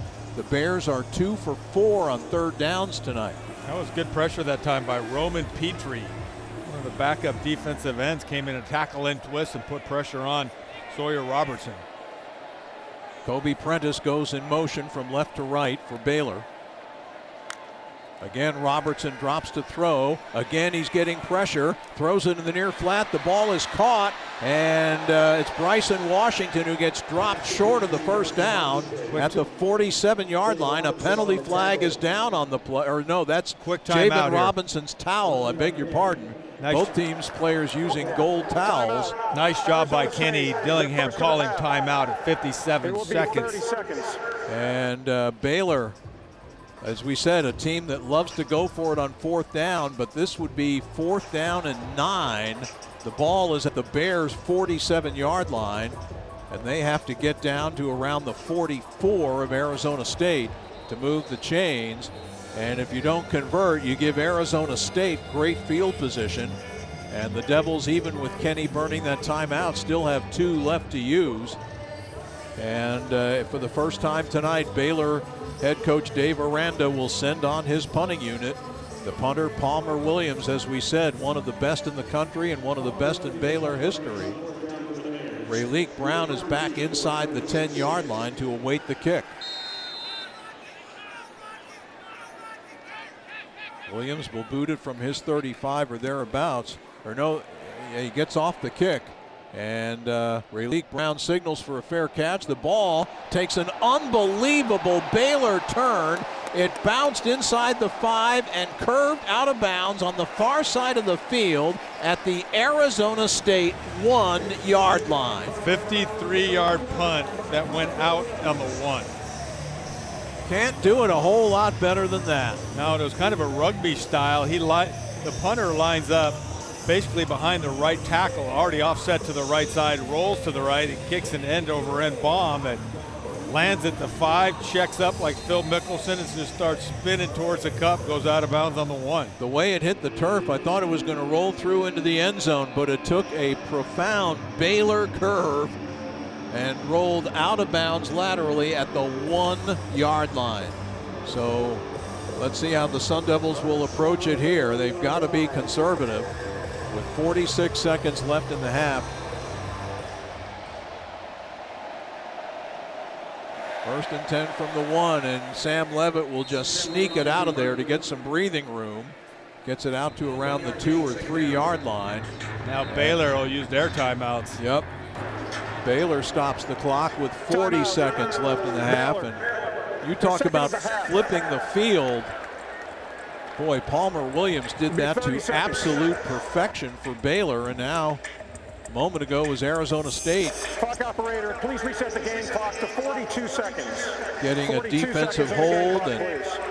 Kenny Dillingham getting a timeout to preserve time, but that fantastic punt by Palmer Williams has now resulted in Baylor being in a situation where they're trying to conserve clock and maybe get one last possession before halftime. ASU just had their special team unit out there, and they were snapping at about 13 yards. So there, Charlie Regal's already got his snapper and punter thinking you're going to have to go ahead and kick it from a condensed punting formation, which is just basically a one-step kick to get rid of it. Levitt's sneak got him about a yard. They spot the ball at the 2. It'll be 2nd down and 9. 42 seconds left in the first half. And again, Sam Levitt on the sneak. Tries to get it upfield, not getting very far. They're going to give him forward progress to about the 4. 2-yard pickup. It'll be 3rd down. The clock continues to run. 25 seconds and counting. ASU doesn't have to run another play here. I thought Baylor had a timeout remaining, but if they do, they choose not to use. And the Sun Devils looks like are going to be content to let this remaining time come off the clock. Again, keep in mind Arizona State will get the second half kickoff, and that sneak from Levitt will indeed prove to be the final play of the first half. That is the end of the first half. Head to the locker room. Let's check in with Kevin Turner down on the field with Coach Dillingham. Coach, a really fine defensive stand this last series here. The defense was able to get some pressure on the quarterback. Yeah, they've been playing well. You know, that one drive they scored on, we had 2 man-to-man holding calls, playing outside leverage. I mean, bang, bang. I mean, you can call them, you cannot. That's what extended their drives. We got to keep challenging them. Seems like we're running the ball well. We're running the ball well. We're shooting ourselves in the foot with penalties here. 3rd down penalty, getting in the low red zone, getting penalties. We got to stay out of our own way on offense. All right, Coach, good luck in the second half. All right, guys, let's go back upstairs. Thanks to Kevin Turner and to Coach Kenny Dillingham for stopping by. Heading to the locker room at halftime. In the first half, Baylor outgaining ASU 188 yards to 157. Arizona State with a nearly 5-minute time of possession advantage. And when you crunch all the numbers at the half, we are dead even through 30 minutes of play here in ASU's first ever football visit to Waco. Halftime at McLane Stadium on the banks of the Brazos. It's Arizona State 10 and Baylor 10. Jeff Munn will have our halftime report from our network studios in Phoenix after we take a break on the Mountain America Credit Union Sun Devil Radio Network. Team starting to head back toward the playing field here at beautiful McLane Stadium in Waco, Texas. All even at halftime, Arizona State 10 and Baylor 10. Along with Jeff Van Raphorst and Kevin Turner, I'm Tim Healy. Second half action will commence shortly. Baylor outgaining the Sun Devils in the first half, 188 yards to 157. The Bears getting most of theirs through the air. Sawyer Robertson, 16 of 23 passing for 149 yards and a touchdown. Arizona State getting most of its yards on the ground. The Devils have rushed 23 times for 99 yards as a team, holding Baylor to just 39 rush yards on 11 attempts. Rayleigh Brown, 10 carries, 52 yards, leads all rushers. Sam Levitt in the first half passed for 8 of 14 passes, but for only 58 yards. Levitt also ran 9 times for 31 yards and scored the only Sun Devil touchdown on a quarterback sneak.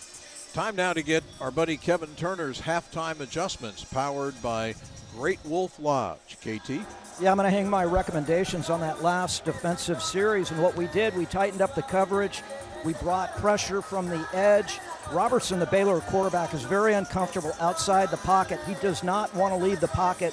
We've got to force him out of the pocket and get him throwing on the run. And for the offensive side of the ledger, Sam and company, you know, this is Captain Obvious. We've got to develop some sort of rhythm.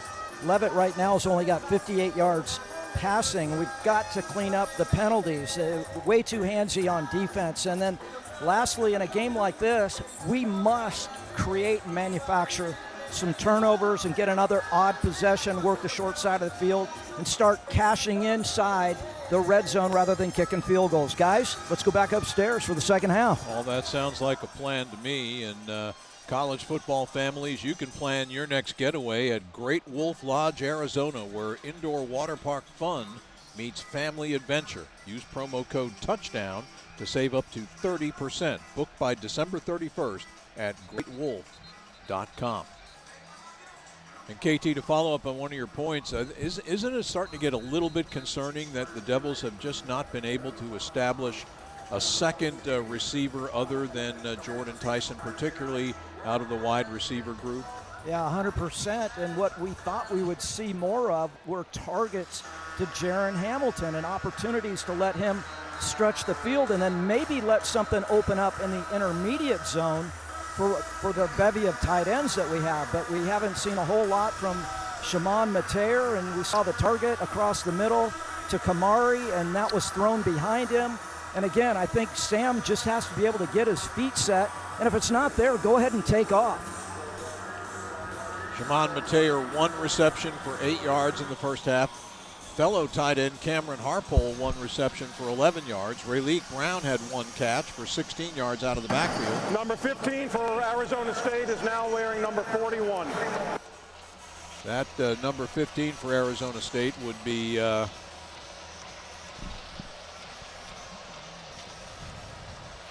can't tell if it's Nyland Green or Kamari Anderson, but in any event, awaiting the kick that comes off of the leg of Rhett Armstrong, and this will be a touchback.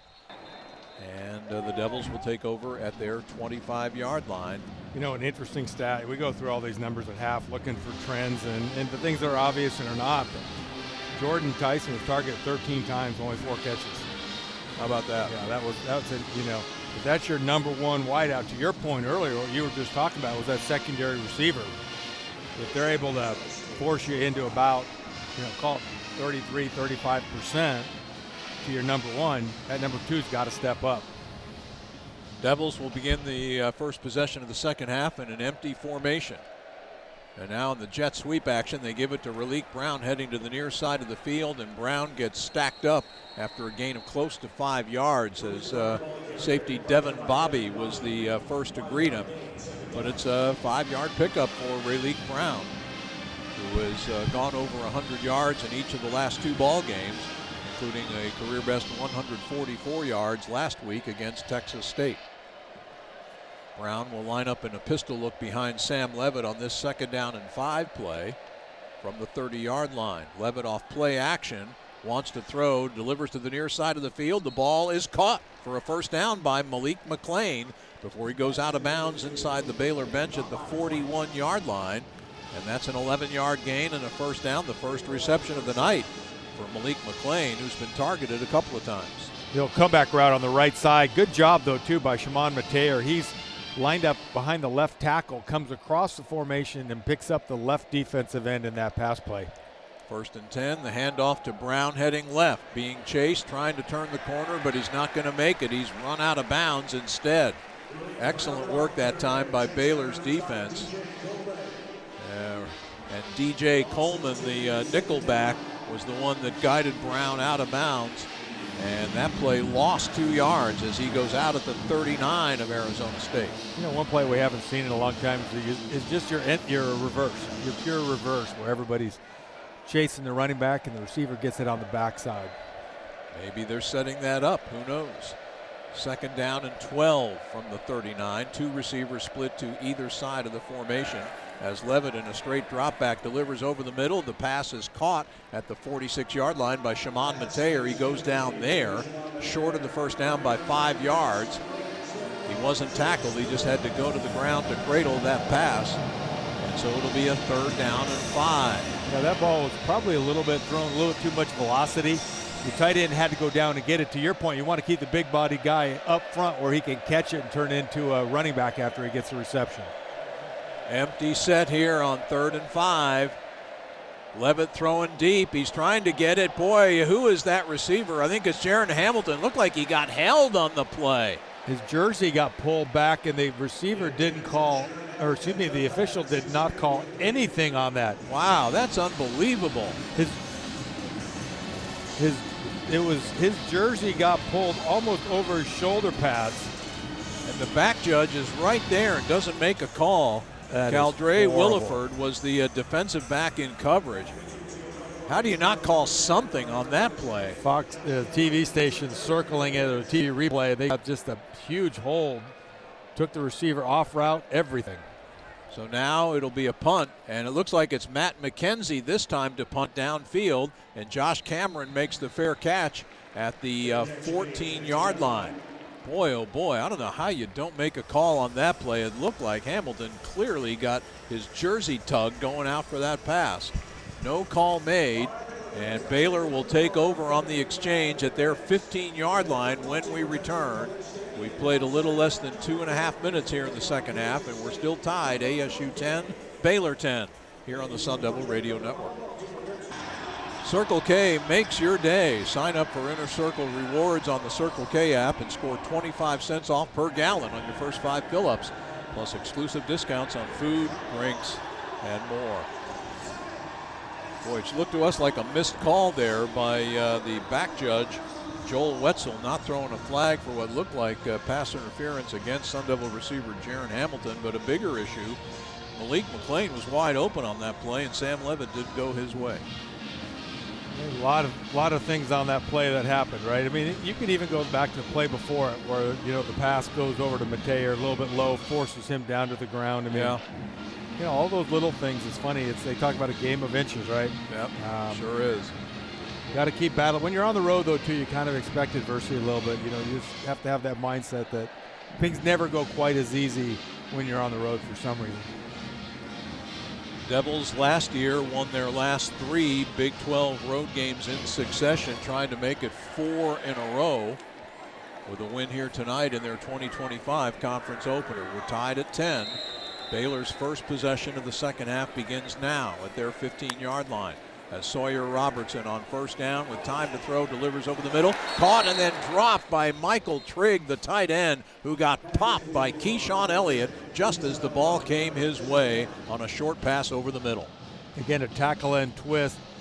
Tackle end comes down, tackle goes around, little pressure, the pocket compresses, and then Keyshawn Elliott just cleans up the tight end, puts him down on the ground, and ball's out. Second down and 10 from the 15. A running play this time with Bryson Washington, and he finds a hole up the middle, and he gets about 8. He'll spot the ball near the 23-yard line, where Elliott again makes the tackle, setting up a 3rd down and 2.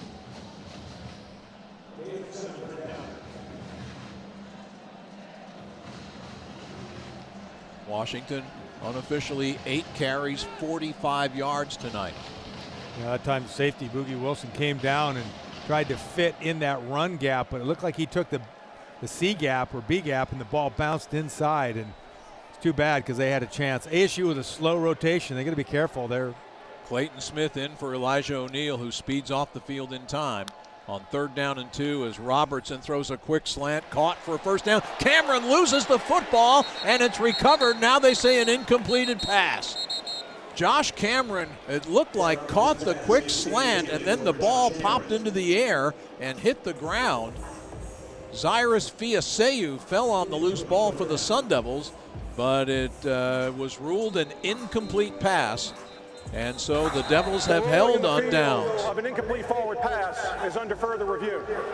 Slant route to the inside receiver. Rousers in coverage.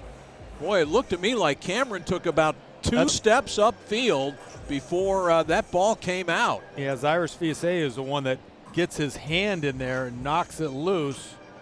And they're going to take another look at this play.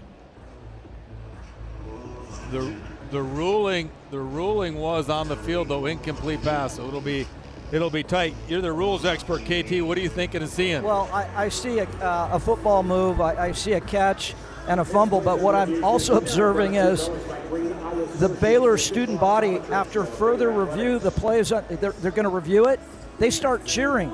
They need to really understand what they're cheering for. They're cheering for an ASU fumble recovery. And there was a clear recovery on the play. Fiaseu fell on the loose ball. Sun Devils got a turnover in the first half. Inside slot receiver runs a slant route. Boy, Cameron gathers the ball in, took about 2 steps upfield, and as he's tackled by Ghost Rouser, the ball comes out. and Fiaseu fell on it. Yeah, that's a fumble. That's got to be a fumble. I learned in football nothing has to be anything, but in the real world. You're right. You're absolutely right about that. Let's go down to Kevin Turner. All right, the officiating standards are in the 2025 rule book. If it appears to be a catch, it is a catch. So in a situation like this where they're debating it, they have to assume that it's a catch. All right, here's the ruling. After further review, the receiver caught the ball, fumbled it, and it was recovered immediately by the defense at the 32-yard line. It will be Arizona State's ball at that spot. First down. Double boom, and that is the Sun Devils' second takeaway of this ball game. Both of them coming on fumbles on Baylor's first possession of each half. The Devils recovered a fumble early in the game on the Bears' first possession, and that ended up resulting in a Jesus Gomez field goal. And now the Devils will take over in a tie game at the Baylor 32-yard line. Hey, by the way, how about KT? You know, I mean, Fox News has Mike Herrera, their full-time guy. KT doubles as a rules expert and a sideline reporter. Love it. First down handoff to Kanye Udo off left tackle, and Udo is stopped after a gain of about 2 to the 30-yard line. A stretch zone run to the left side of the Arizona State offensive line. 305-pound Jackie Marshall was one of the tacklers for Baylor. Yeah, though, much better block that time on the backside by the right guard. Kyle Scott stayed with his block downfield. Malik McLean and 2 tight ends on the right side. They swing it out of the backfield to the right to Raleek Brown, and Raleek is wrestled out of bounds by cornerback Tevin Williams at around the 27-yard line, a gain of 3, and it will set up 3rd and 5. Yeah, we need kind of a counter punch off that play. A lot of swing passes. Maybe you come back and hit the inside tight end or tight end screen off of that wide throw look. Boy, the Devils have not been able to get many chunk plays against this Baylor defense tonight. 3rd and 5 from the Bears' 27. Mateer in motion. Levitt gets the snap. He's looking. He throws. It's caught by Mateer, and he's got a first down. He was hit at the 21-yard line when he caught the ball and dropped there by Tyler Turner. But that forward progress earns the first down for Arizona State. Shaman really got hit, but showed great concentration to hold on to the ball. Yeah, played with a 12 personnel set, 2 tight ends, both on the right side. Harpole pushes up. Mateer comes underneath him, so you've got 2 tight ends going through the same zone. Raleek Brown now motions into the backfield, lining up behind Levitt. Jordan Tyson motions into the backfield as well. On first down, a play fake, a pass, a screen to the near side. Mateer has it, and Mateer has a first down inside the 10-yard line. They're going to mark him down at around the 7. Yeah, they use Jordan Tyson as the eye candy. He's lined up in the backfield, then he goes out as wide receiver. He goes deep into on the boundary side of the formation, and then it's a tight end screen into the boundary. And those catches that Mateer's making are great catches because they're below his thigh boards. I was going to say that ball looked low, and he made a nice catch. He really, I mean, he catches the ball below his knees extremely well. Handoff to Kanye Udo on first down. He lowers his head and drives it inside the 5-yard line. They'll stop him at the 4. A pickup of 3 yards for Udo. Among the tacklers, DK Kalu, the defensive tackle, 309-pounder. Love again, Kyle Scott, that right guard is really coming off the ball and driving people right now. Udo remains the setback. Single receivers to either side. They'll give it again to Udo, and Udo gets dropped for no gain. Levitt kind of faked a pass to the far side and then turned around and handed it back to Kanye Udo. But Keaton Thomas, the star linebacker of the Bears, was there. Jackie Marshall as well. I'll tell you what, Jameto Obibo, the left guard, had an atrocious block. He's supposed to kick out the end. He doesn't square up on him, turns his shoulders, tries to throw a shoulder at him. Really let down his running back on that play. If you're a 340-pound guard, you can't turn your shoulders. 3rd and goal from the 4. Levitt throws a quick fade to the far side of the end zone, and the pass is incomplete. Tried to get it to Jordan Tyson, and Tyson had a defensive back draped all over him out there. And it was Caden Jenkins, the cornerback. So the Sun Devils have first and goal at the 7 and have to settle for a field goal try. Interesting, some of the calls, right? Jordan Tyson's trying to come back towards Sam Levitt, creates a lot of contact. The defensive back doesn't see the ball. ASU does not get the call. Jesus Gomez had a short field goal earlier. This will be basically like an extra point, a 21-yard try to give Arizona State the lead, and Gomez puts it through. 8:06 left to go in the third quarter, and off the fumble recovery, Arizona State, as it did in the first half on its early game field goal recovery, cashes in here for a field goal and regains the lead. Timeout with 8:06 left in the third. It's the Sun Devils 13 and the Baylor Bears 10. As we pause for a break on this, the Mountain America Credit Union Sun Devil Radio Network.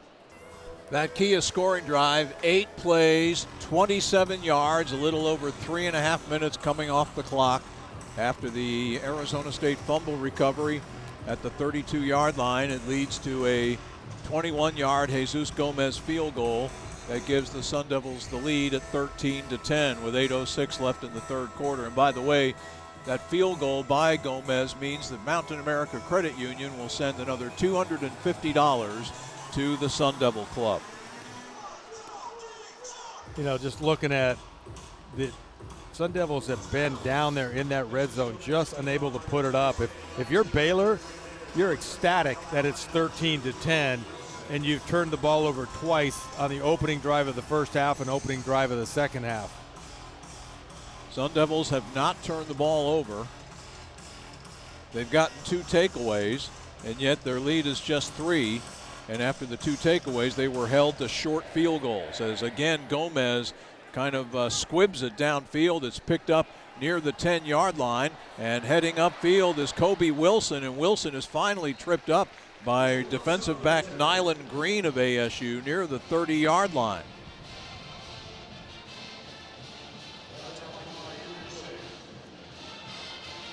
So Baylor, they'll spot the ball at the 29 of the Bears.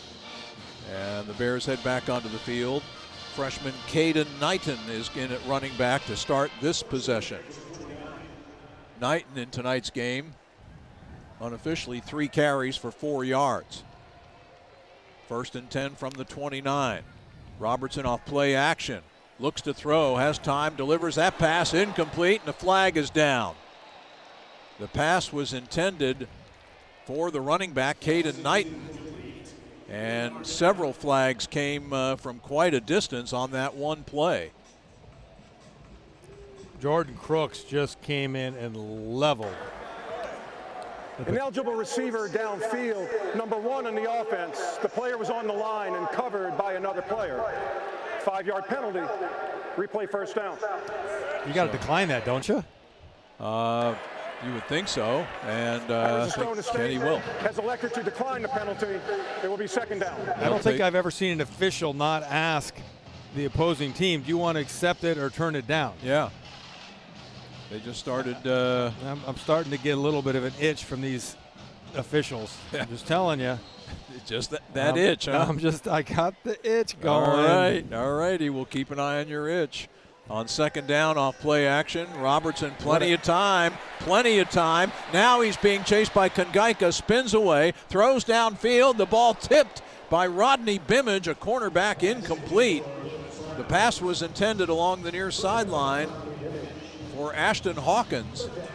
I mean, he might have had is the only one got a hand on it. Tim, he might have had 6 seconds to throw that ball. At least. And again, ASU losing contain around the outside. I believe actually that might have been Lewis Brown IV who was the intended receiver, but in any event, Kongaika races off the field for ASU. CJ Fight back on there. Zach Swanson, the former Texas Longhorns, in at defensive tackle as well.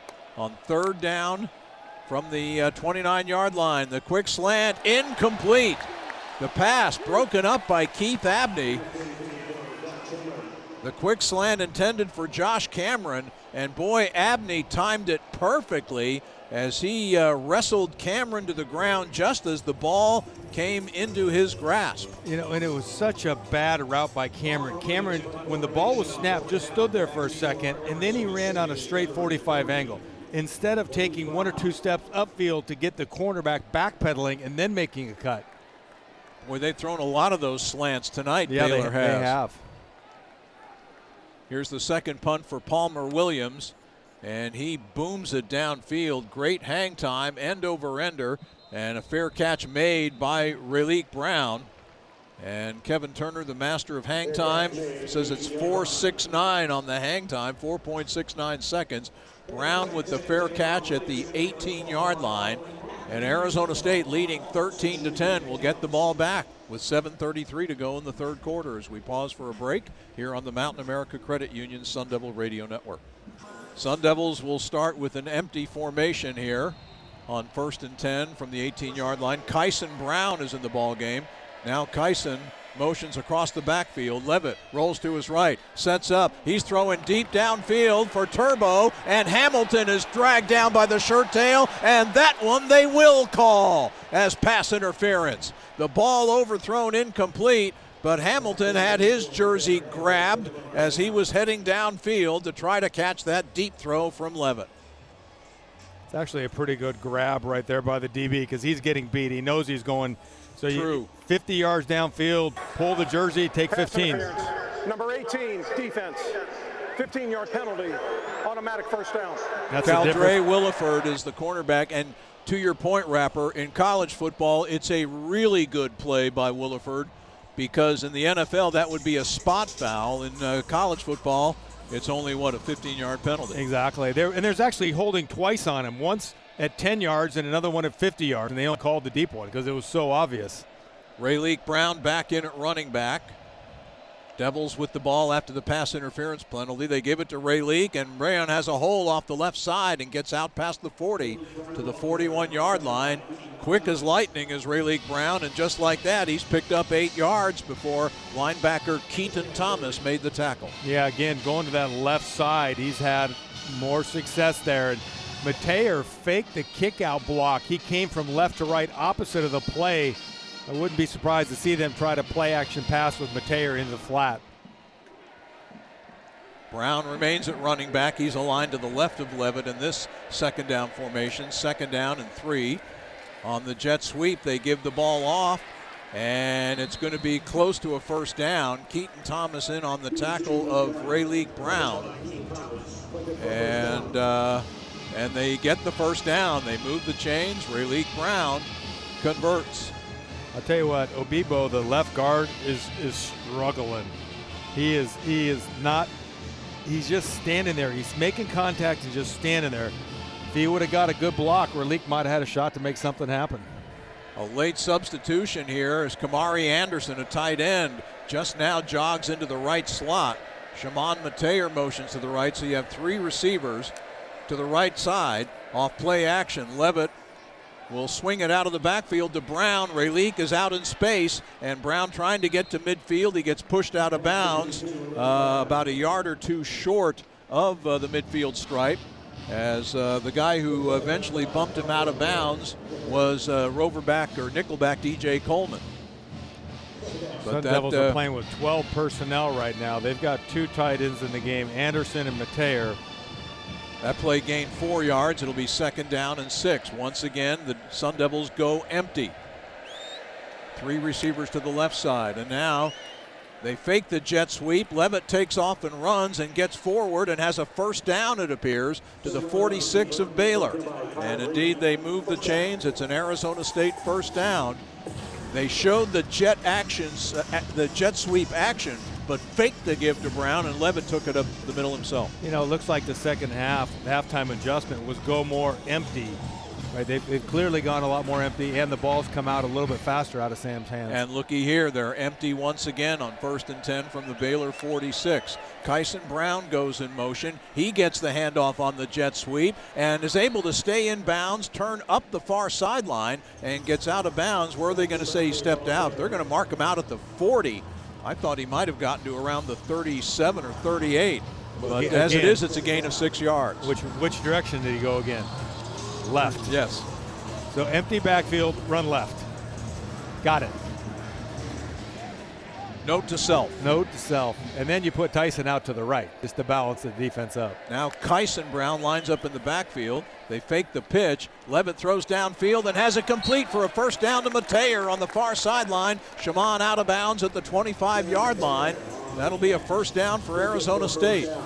You know, I know everybody came into the game and you read all the material about Trigg being, you know, a top 150 high school recruit, played at USC, Ole Miss, and he was supposed to be the dominant tight end of the game, and Mateer is just outplaying him by spades. Mateer tonight, the Devils' leading receiver, 5 catches, 49 yards.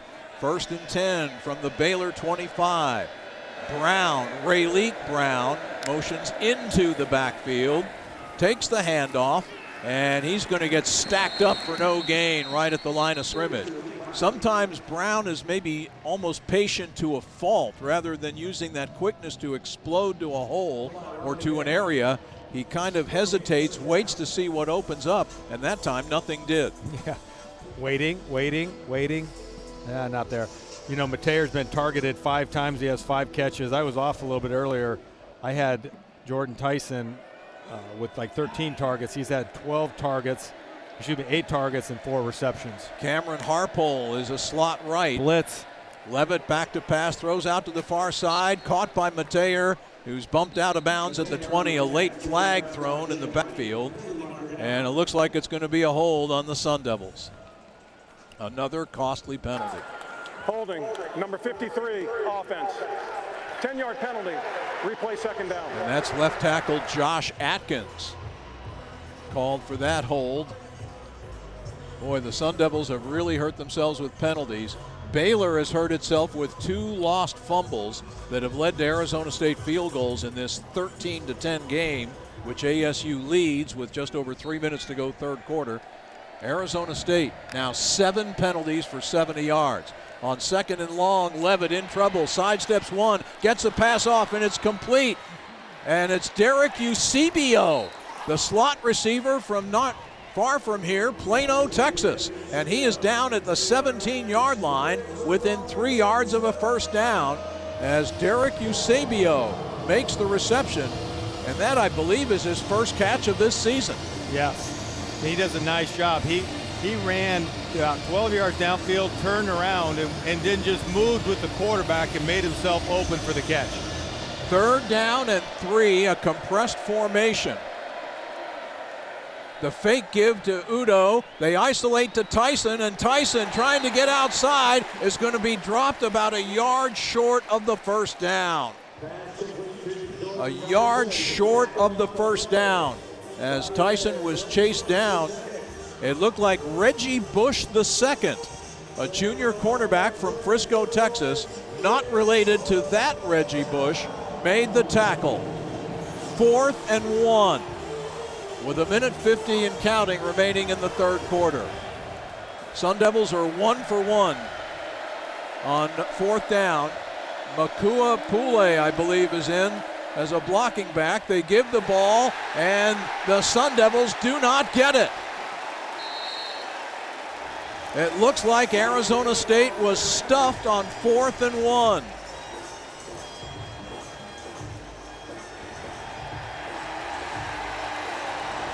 And Baylor has held on downs. Wow. Defensive tackle Jackie Marshall came up limping, but he's happy limping off there after stopping ASU. Timeout. Man, oh man. ASU unable to convert on a 4th and 1, and they'll turn the ball over to Baylor at the 15-yard line of the Bears when we return. 1:38 left in the third. ASU leading it 13-10 here on the Sun Devil Radio Network. Boy, the Sun Devils, I think, have had chances in this game to put a little separation between them and the Baylor Bears, but sometimes they can't get out of their own way, committing 7 penalties tonight for 70 yards, or they simply can't get 1 yard when they needed to sustain a drive. They had a 4th down and 1. The ball situated just between the 15 and 16-yard line of Baylor, and Kanye Udo got stacked up for no gain, and the Devils have to turn it over on downs to the Bears. With 1:38 remaining in the third quarter, the Devils' lead is a precarious 3 points at 13-10. You know, to get 2 turnovers like that and only get 3 points, again, Baylor's got to be just scratching their heads, thanking them, keeping them in this game, because Robertson 17-28, 158 yards, 61%. He really hasn't done anything. Team's been fumbling, and let's see if that defense, let's rise up. Let's rise up, big boys. I don't want to say Red Storm. That'd be Ron Wolfley, although he's a great announcer. I love Ron. Bryson Washington is in at running back once again. Washington gets the handoff on first down. He goes straight up the middle and pushes the pile forward for about 6 yards. Out to the 22, Blazin Lona Wong in at a defensive tackle spot, made the stop for ASU. Lona Wong and Zach Swanson are your 2 interior defenders right now. On 2nd and 4, again they hand the ball off to Washington. This time he gets dropped after a very short gain. Miles Rouser came up and made the first hit, and Miles very emotional after that play. The stop made at the 24-yard line. It sets up a 3rd down and 2. That was a big hit coming up from his safety spot. Baylor 2 of 7 on 3rd down tonight from the 24-yard line. As Robertson hands the ball off, Washington spins off a tackle and drives forward to a first down out to the 30-yard line. A 6-yard gain. Keyshawn Elliott made the tackle.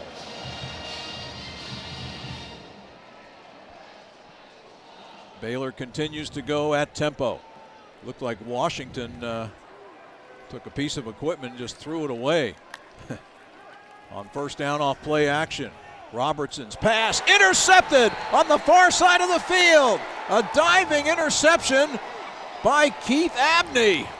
Abney gets up and runs it in for a touchdown, but he caught the ball on the field. Abney goes all the way to the Arizona State fans in the corner of the end zone, and the Sun Devils really have to be careful there for excessive celebration. Abney went to the ground immediately after making that diving interception. And of course, in college football, you're down at that point. He got up and ran it down the sideline and then ran it into in that corner of the end zone. This is where most of the ASU fans are situated here at McLane Stadium. You know, Abney did a great job of sitting on that route. He did not feel threatened on the go route. He kind of was sitting there slowly backpedaling, looking for that throw at 10 yards, and never lost track of the receiver with his eyes or the quarterback, drove it for the interception. Keith Abney with his first pick of the year, and the Devils will take over at the Baylor 38-yard line. On first down, a play fake. Levitt back, looking deep. Can't find anybody open, takes off and runs, gets to the 30, gets to the 20, to the 15, and down all the way to the 10-yard line goes Sam Levitt. Scrambling Sam strikes again. He ran through 2 tackle angles. I mean, just exploded. Ran right at the safety, put his left foot in the ground and went to the right, picked up the first down, and that'll be the end of the third quarter. Man, oh man, Sam Levitt, 27 yards, all the way down to the Baylor 10-yard line on the final play of the third quarter. 3 periods complete here at McLane Stadium in Waco, Texas. Our score, Arizona State 13 and Baylor 10. We'll be back with the fourth quarter of tonight's Big 12 Conference opener after these messages here on the Mountain America Credit Union Sun Devil Radio Network. The fourth quarter will begin with Arizona State after that spectacular 27-yard scramble by Sam Levitt. The Devils will start with a 1st and goal at the 10-yard line, leading 13-10. Levitt under center. Hands to Raleek Brown. Brown getting to the right side, but not getting much. He gets stacked up after a gain of just a yard. The Sun Devils have found the going oh so tough in the deep red zone in tonight's ball game. Just really unable to get much going. Their only touchdown came on a 1-yard quarterback sneak by Levitt. After 2 takeaways, they've only been able to produce 2 field goals tonight. one of those field goals is the difference in this game right now at 13-10. Second and goal from the 9. Levitt will try to run it himself, and he can't get out of trouble this time. Slips and goes down back at around the 16-yard line. DK Kalug in on the stop for Baylor. This Baylor defense has really stiffened in the deep red zone, and here are the Devils now again in a predicament. Third and goal from the 16-yard line.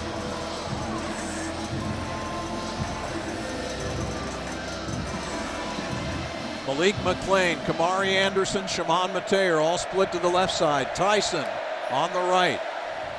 Levitt drops back to pass. Fires for the end zone. It's tipped and a diving interception. No. Or they say an incompleted pass. That was almost an interception. It was caught on the deflection by DJ Coleman, the nickelback, but apparently he trapped it on the pass intended for Tyson. Incomplete. The ruling on the field of an incomplete forward pass is under further review. You know, that was an interesting route. Everybody went into the end zone, but there was no crossers, no shallow middle opportunity to throw underneath at all. I was mistaken. It was Malik McLean, the intended receiver. They're reviewing the play, but we got to look at the replay, and the ball clearly bounced up into the chest of DJ Coleman as he dove for that deflected ball in the end zone. So that should be a short review, an incompleted pass. I'm surprised they're even reviewing it. I mean, the receiver's hands are 2 feet apart, and the ball lands in the middle, bounces up, hits him in the helmet, and he grabs it off the helmet. If the Sun Devils end up losing this game, they're just going to rue all the opportunities they've had to put some distance between themselves and Baylor tonight. +3. ASU is +3 in turnovers tonight. And yet they're clinging to a 3-point lead, which they're about to try to expand to 6 as Jesus Gomez will come on to try a field goal. The ruling of an incomplete pass is upheld. It will be 4th down. So the ruling is upheld, the pass incomplete, and Gomez will come on.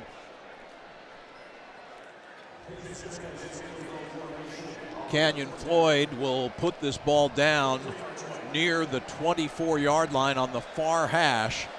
It'll be a 34-yard kick by Gomez to try to make it a 6-point Sun Devil lead.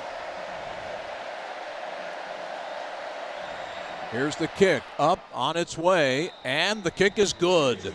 And Gomez is 3 for 3 tonight, and this field goal expands the Arizona State lead to 16-10 with a minute and a half gone by here in the fourth quarter. Timeout in Waco here on the Sun Devil Radio Network.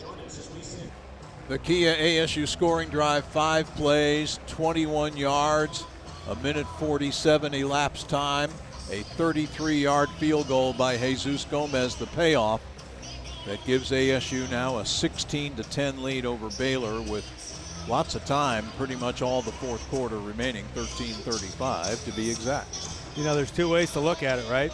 You look at your offensive woes and you shake your head and ASU unable to get any push at all, and then you flip on the other side and say, hey, the defense and Brian Ward's group is absolutely delivering up front. The 2 leading tacklers for ASU are the 2 linebackers, Keyshawn Elliott and Jordan Crook. Elliott with 8 tackles, 6 solo, 1 sack, 1 tackle for a loss, 1 pass breakup. Brooks got 6 tackles, and you know, might be just one of those games on defense. We're so used to modern college football where points are going up galore. Every series matters. Keep putting points on the board, and credit Jesus Gomez, right? He has done a nice job. 3 field goals. Got good height on his field goals, but he's been electing to squib kick on kickoffs. That field goal set up by the interception from Keith Abney as Gomez this time booms the kickoff on the fly. Where's out that of one the been? end zone, yeah, for a touchback. I wouldn't fiddle around with those squibbers. I just let her rip, as John Daly used to do in golf. Grip it and rip it. And Baylor will start from its 25-yard line. Baylor came into this game averaging 517 yards a game total offense. So far tonight, through 3 quarters and plus a couple of minutes, Coach Ward's defense has held the Bears to 219 total yards, but they are so explosive. First and 10 now from the 25-yard line. Hand off to Bryson Washington, and he gets swarmed under by Sun Devils and is dropped for a loss of about a half yard. Keyshawn Elliott, having himself one heck of a game, led the defensive surge that time for ASU. A loss of 1 back to the 24. Those two inside backers are playing. They're so talented. Crooks, a transfer from Arkansas. Keyshawn Elliott, New Mexico State transfer, right? Yes, indeed. On second down, a quick pass to the far side, and it's caught by Josh Cameron, and he found a seam to head upfield and get it out past the 30-yard line to around the 31 before Jordan Crook brought him down. It'll set up a 3rd and 4. Baylor gets right back to the line of scrimmage. They get back to the line of scrimmage, but they look at the sidelines, and then they flash the plays in. 3 receivers split to the right side. On 3rd down and 4, handoff to Washington, and Washington will be tackled short of the first down. Jordan Crook again on the stop. A pickup of 2 to the 33, and decision time for Dave Aranda, and he is going to go for it on 4th and 2 with 12:20 to go. You know, ASU has timeouts. A lot of times they use timeouts on defense. Let's see what happens here. Baylor 0 for 1 on 4th down. This will be 4th and 2 from the Bears' 33-yard line. Washington motions out of the backfield. Robertson surveying, looking to the near side, caught for a first down by the tight end Trigg, and Michael Trigg carries tacklers upfield to near midfield, and a huge conversion of 17 yards for Baylor. Jordan Crook on the tackle for the Devils. That was his 4th read. He looked left hard. Sun Devils, I think, only brought 3 or 4, didn't get any pressure, but forced that ball.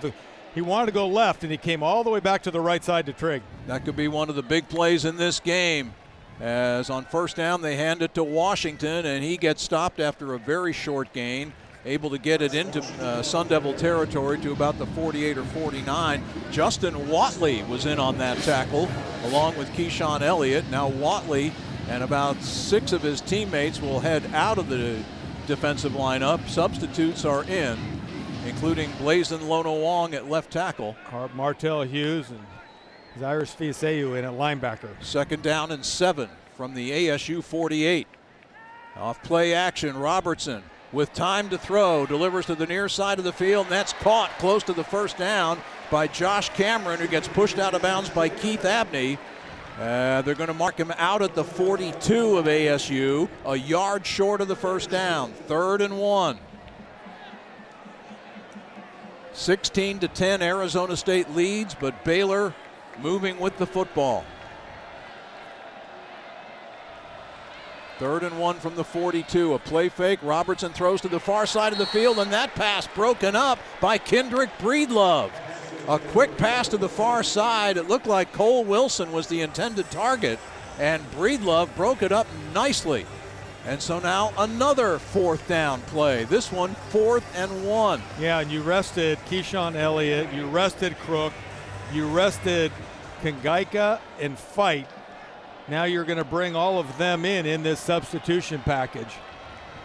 Clayton Smith heading onto the field at the last moment as well. Press coverage on the outside if they want the fade route. Sun Devils had 12 men on the field, but ASU called timeout, so Baylor wouldn't snap the ball and get him for a quick 5. Prince Dorba was the player that was trying to hustle off the field at the last, and it was problematic if he was going to make it. It looked like Baylor was ready to snap the ball, and so the timeout is called by Arizona State to stop the clock with 10:29 left to go. ASU leading 16-10. Baylor has already converted a 4th down on this drive, and they face another one here, 4th and 1 at the Sun Devil 42. Baylor on the night on 4th down conversions. They've been going for it quite a bit. We talked about how often they go for it. They're on track for about 40 during the year. I've got them going for it. This is what, 3rd time that they're going for it now? 1 out of 2? Yes. Both teams 1 out of 2 on 4th down. ASU has better than doubled up the time of possession. They are playing man free on the outside. You want the throw on the outside, you've got it. 4th and a yard. They hand it off to Washington. He spins away and breaks downfield to the 30, to the 20, to the 10, to the 5, and brought down inside the 5-yard line and around the 2. Keith Abney with the touchdown-saving tackle for Arizona State. Oh, man. How many times do you see that, right? Everybody's stacked up. Crooks shot the gap, missed the gap, and back came out through the A gap. Looks like Crooks was running through the B gap, and they get a big gash between right guard and right tackle. Bryson Washington. Oh, saw it on the backside. Boogie Wilson is the safety. He's right there at the line of scrimmage, and he misses the tackle at the line of scrimmage. And linebacker shot the gap, safety came down. Washington goes 41 yards. They spot the ball between the 1 and the 2-yard line. 1st and goal. Baylor with a chance to take the lead.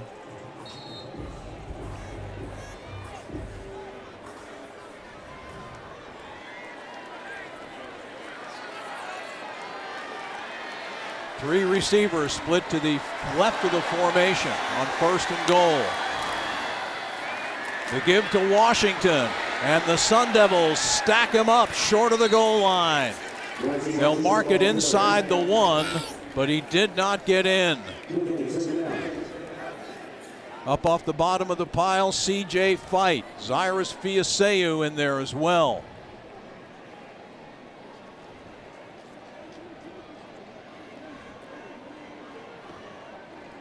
Tate Romney checks into the lineup, replacing Martell Hughes for ASU. Hughes better hustle off. 2nd and goal at the 1. A quick throw to the near side to Trigg, and Michael Trigg is tackled near the goal line, but he got in there for a touchdown. Robertson just took the snap and quickly threw to the near side to Trigg. A Sun Devil, I don't know, it might have been Elijah O'Neal, hit Trigg right near the goal line, but Trigg was able to get the ball over the plane for the touchdown that now has Baylor an extra point away from taking the lead with still plenty of time remaining, 9:02 left in regulation. Yeah, Fiaseu hits him initially, and Abney. Trigg gets the ball close. Rouser hits him, but Rouser's got a cast on his arm. He doesn't follow through, and it looked I'll tell you what, I'm not sure he got across the plane. I think he did. Trigg, as he got hit, it looked like he had the ball with his hand and stretched it over the goal line. He's a yard away. Rouser knocks him back, and he has big hands. He throws that ball with one hand over the goal line. Good call by the officials. How big is this PAT? So Connor Hawkins, the redshirt freshman place kicker, has already kicked a career-long 54-yard field goal tonight. Will try to tie it with the extra, or put Baylor ahead with the extra point, and he does. So Baylor has taken the lead at 17-16 over ASU, with 9:02 remaining in regulation as we take a timeout here on the Mountain America Credit Union Sun Devil Radio Network. Baylor's Kia scoring drive, 10 plays, 75 yards in 4.5 minutes.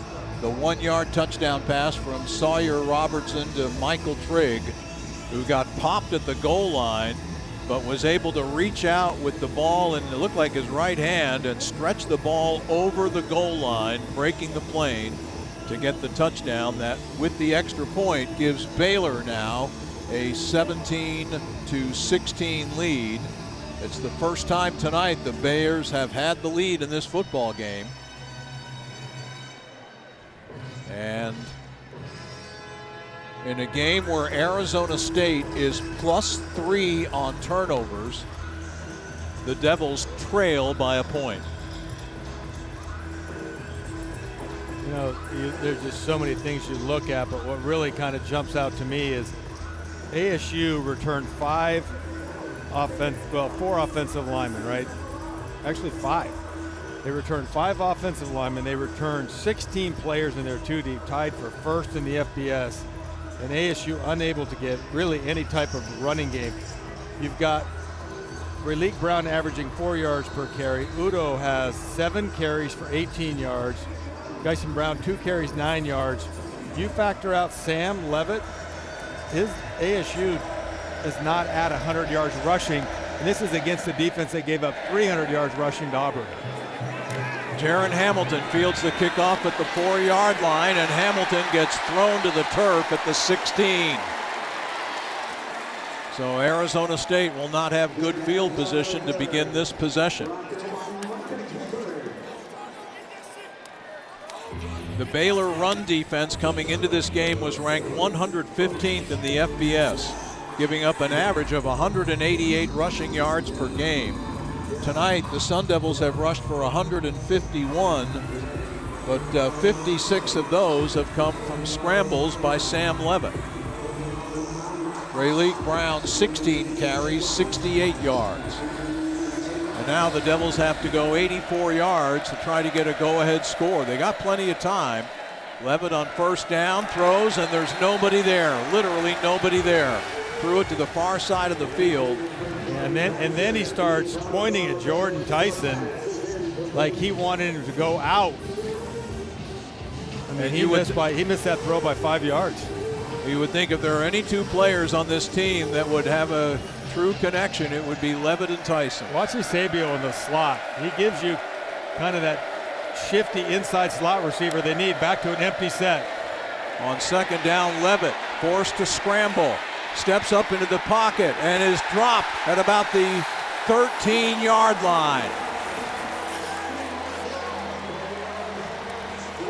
Jackie Marshall, the big 305-pound defensive end, made the play. And that time, Tim, they blitzed the left guard, Obibo. He's killing him. He's playing. It's interesting. Now, Ben Coleman was your all-conference left guard, and he moved to center. And Jamedo Obibo is just struggling. He is on the struggle bus right now. They blitzed the gap. Killing it. On 3rd and 13, Levitt drops back deep in his end of the field, throws downfield, has Eusebio at the Baylor 40, to the 30, to the 25-yard line. Derek Eusebio, the one-time walk-on from Plano, Texas, steps up and steps into the spotlight with a huge play on 3rd down, taking the ball all the way down to the Baylor 26-yard line. You know, he just runs routes like he expects the ball to be thrown to him. Aggressive, gets it to spots. Really nice job. 61 yards on the completion to Eusebio. 1st and 10 at the Baylor 26. Handoff to Relique Brown, heading left. Brown inside the 20 and leans forward to about the 18-yard line before he's tackled by cornerback Tevin Williams III. But a good gain by Relique Brown of about 8 yards to the 18-yard line. Yeah, one of these times Relique's been really a patient runner, but it's like baseball. Every now and then you got to mix it up. Stretch it wide, put your foot in the ground, and then get north-south as fast as you can. 2nd and 2, a lot you can do here. You can run or pass. And they'll run it with Relique Brown. Brown trying to get to the right side, and he's close to the first down at the 16, and I think he will get the first down. Tackled again by cornerback Tevin Williams. But they move the chains, and it will be a Sun Devil first down as we are inside of 6.5 minutes remaining in regulation. Baylor just moments ago took its first lead of the night at 17-16. But on that stunning 61-yard 3rd down completion from Sam Levitt to Derek Eusebio, Arizona State has reached the Baylor 16-yard line. Kyson Brown in at running back. They swing the ball out to Brown coming to the near side of the field, but Kyson Brown's in trouble and he's going to lose yardage this time as he's thrown out of bounds at the 20 as DJ Coleman bumped him out of bounds. They're going to mark him out at the 19, so it's a loss of 3. Yeah, Malik McLane trying to throw the block on the edge out there, and he can't get that block, and that's a loss on that swing pass. Devils +3 in takeaways, and yet all they've gotten from them, field goals. 2nd down and 13. Levitt back to pass. Fires for the end zone. Diving catch for a touchdown by Jordan Tyson. Tyson leaping into the air, snatching them one out of midair, and Tyson hauls it in to put the Sun Devils on top with 5:29 remaining. Post corner, or get a little post corner route on that left side that time, and ball came out. Sam finds Jordan Tyson, hits him for the touchdown. It looks like the Devils are going to go for two with the score now 22-17. A 2-point conversion would make it a 7-point lead, meaning Baylor would have to get a touchdown a point after to tie. Nice job by Jordan Tyson on replay. At the top of his route, he really pressed in hard to the post and then broke it back out to the outside for that corner route touchdown. Sam Levitt's 6th touchdown pass of the year. Jordan Tyson, his Pac-12 leading 5th touchdown reception. Mateer's got a huge mismatch in size if they want it. Levitt off play action, lobs one to the near side to Tyson. He'll take it in for the 2-point conversion. Levitt to Tyson got the touchdown. Levitt to Tyson gets the 2-point conversion. As Sam lofted that ball with great touch over the oncoming pass rush and found Tyson in stride on the near side of the field, and Jordan takes it into the near corner of the end zone for the 2-point conversion that gives Arizona State a 7-point lead with 5:29 left to play. Timeout in Waco with our score, ASU 24, Baylor 17, here on the Mountain America Credit Union Sun Devil Radio Network. Just moments after they had surrendered the lead for the first time tonight, Arizona State gets the lead back on a Kia scoring drive of 7 plays, 84 yards in less than 3.5 minutes. The payoff was a touchdown pass from Sam Levitt to Jordan Tyson, and those two hooked up on the 2-point conversion. But the play of the game, and arguably, depending on how this game finishes, the play of the season to this point, was the 61-yard completion from Sam Levitt to one-time walk-on slot receiver Derek Eusebio on a 3rd and 13 from deep in Sun Devil territory. That play flipped the field and put the Devils in possession to score the go-ahead touchdown. Or you could say it like, that pass to Eusebio, the scholarship wide receiver, right? I mean, he is beyond a walk-on. He plays with tenacity. He runs great routes. He catches the ball. He acts like he wants the rock to come to him. A lot of guys run routes and they're like, don't throw it to me. I'm not quite open. And Sam threw a nice ball, got protection that time. So good drive. Started out rough. That 3rd and 13 pass, huge. Derek Eusebio from the Dallas suburb of Plano, Texas, probably about an hour-and-a-half drive time from here. As Jesus Gomez uncorks the end-over-end kick, it fielded 2 yards deep in the end zone by Cole Wilson, and Wilson will bring it out, gets to the 20, and he gets out past the 30 and is all the way to the 36-yard line. An excellent return by Wilson. And that will give Baylor decent field position to begin this drive with 5:21 remaining. Baylor has all 3 of its timeouts remaining. Arizona State has 2. The Sun Devils with a 24-17 lead. They lost their other road game this season on a touchdown in the final 30 seconds. Can they hold on down the stretch in this one? Heck yeah. Oh, I thought you were asking me. Bryson Washington will be the running back to begin this possession. He motions out of the backfield. They throw a pass to the near side, a slip screen, but in trouble is the receiver for Baylor. And I believe that ball was caught by Ashton Hawkins, and C.J. Fight helped blow up that play. And the play loses a yard back to the 35. Yeah. Nicely done. Crook blows it up initially, forces the ball back inside. C.J. Fight hustling from the defensive tackle position. On 2nd down, the slant is thrown and caught by Kobe Prentice, the Alabama transfer, tackled by Boogie Wilson up at the 43-yard line. That will set up a 3rd down and 3 for Baylor. Clock continues to tick, just over 4.5 minutes remaining. ASU 24, Baylor 17.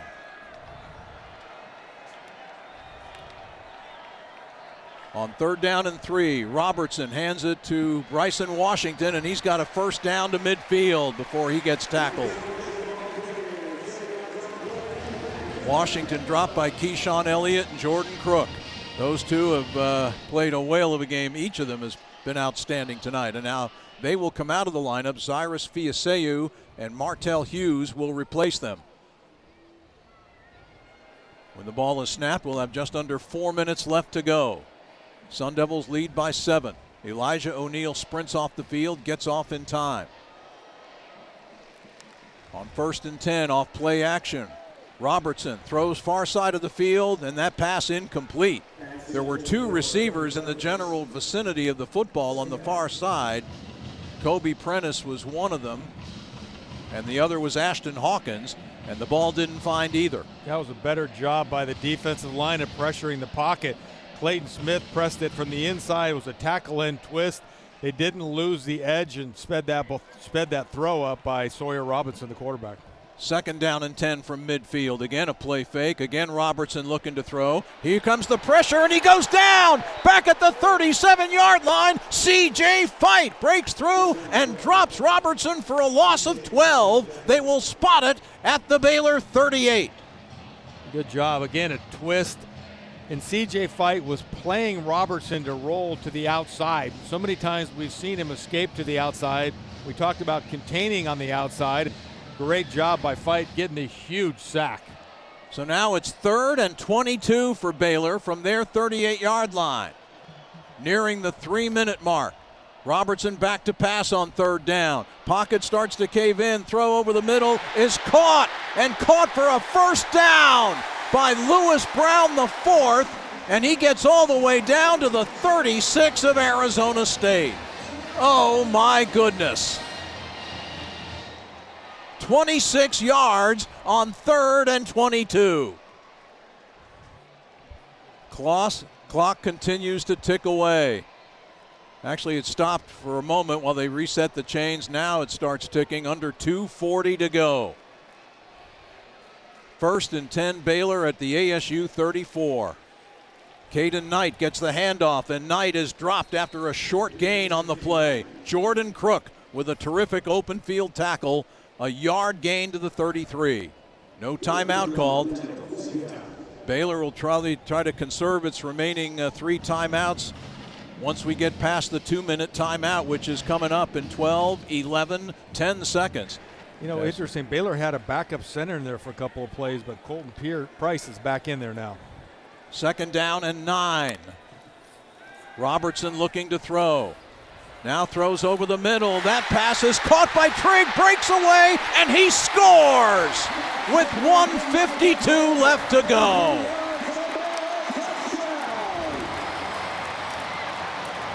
Sawyer Robertson finding Michael Trigg over the middle, and Trigg broke free and took it in for the touchdown. His 2nd touchdown here in the 4th quarter. The first one gave Baylor a 1-point lead, and now the Bears have an opportunity to tie the game with 1:52 remaining. Yeah, but ASU gets the ball with 1:52. That did not take Baylor long at all, and the backbreaker was the 3rd and 22, 26-yard conversion on the pass to Lewis Brown, the 4th. Connor Hawkins on to attempt the extra point, and we are tied once again at 24 apiece. With 1:52 remaining in regulation. Timeout on the Mountain America Credit Union Sun Devil Radio Network. Jaron Hamilton is back deep to await the kickoff of Baylor place kicker Rhett Armstrong, who is their kickoff man. Armstrong boots it away, and Hamilton will let it hit in the end zone. And so the Sun Devils, with 1:52 remaining and 2 timeouts at their disposal, will take over at their 25-yard line. In some regards, that's probably, you get to control the game now. It's in your hands. You've got 2 timeouts. As bad as ASU's offense has played, you got a chance for a redemption drive. And if you're a quarterback, tee it up. Let's go. Let me go get a drive in. I'm ready to go for 1 drive. I can't play 2, but you want a shot in this scenario. And you know the competitor Sam Levitt is. This is the kind of moment he yearns for, and now he has a chance to make it happen. Eusebio on the jet sweep will take it around the right side, and Derek Eusebio picks up about 8 yards before he is wrestled down in front of the Sun Devil bench at the 33-yard line by nickelback DJ Coleman. Keep that kid in the game. And they stopped the clock because apparently Eusebio was ruled out of bounds. 1:47 remaining after the 8-yard gain. Eusebio's a slot left this time. Empty formation for Sam Levitt. And now Levitt, a flag drops just as the ball was snapped. Raleek Brown and Sam almost collided. I think they both moved. They may get ASU for a shift or motion. Offside. Number 50 defense. Wow. Entering the zone and causing a reaction. 5-yard penalty results in a first down. That's a first down for Arizona State on the offsides. It'll move the ball up to the Sun Devil 38-yard line. And again, they don't have to go a heck of a long way to get into Jesus Gomez field goal range. To 147. That's why you went out and got one of the best kickers in the portal. Thank you. But still work to do before we get to that point. As once again, it looks like an empty set for Levitt. Although Raleek Brown now motions back into the backfield. On first down, Brown gets the handoff and goes nowhere. Still trying to fight for yardage, but he gets thrown down. Keaton Thomas was one of those in on the tackle for Baylor, along with Matthew Fobbs-White, two of their linebackers. And it's no gain on the play, so it'll be second down and 10. And we have an injured Baylor player. It looks like Jackie Marshall. Jackie Marshall, the big 305-pound defensive end who's played a good game tonight for them, is in a seated position at around the ASU 41, 42-yard line. So the two teams head to their respective benches while members of the Baylor training staff tend to Marshall. You know, with Eusebio making a couple of plays, it kind of gives you at least 3 you can go to, right? You got Jordan Injury Tyson. timeout on the defense. Mateer's been a little quiet, but he gives you a good receiving tight Arizona end. State has elected not to request a 10-second runoff. The clock will start on the snap. And then you got Eusebio as your third. So Marshall was able to walk off the field, but as you heard, they'll have to burn a timeout for that. Sun Devils coming back onto the field. Second down and 10 at their 38-yard line with 1:27 left in regulation and a game tied at 24. Levitt on second down throws to the far side of the field, caught by Mateer, out of bounds at the 44-yard line. He's 4 yards shy of the line to gain. In front of the Arizona State bench, it'll be third down, 3rd and 4. ASU is just 5 of 15 on third down tonight. 5 conversions, but not a very good percentage, just 33%. Well, they'd like to go to Tyson on the slant routes. They've run some combinations with him. Tyson lined up wide left, McLane left, 2 tights right. On third down, Levitt throws the slant, and it's caught by Short. Tyson. He slides down, but he might be about a half yard short of the first down, but a penalty flag is down. A late hit, it could possibly be a targeting penalty on Baylor.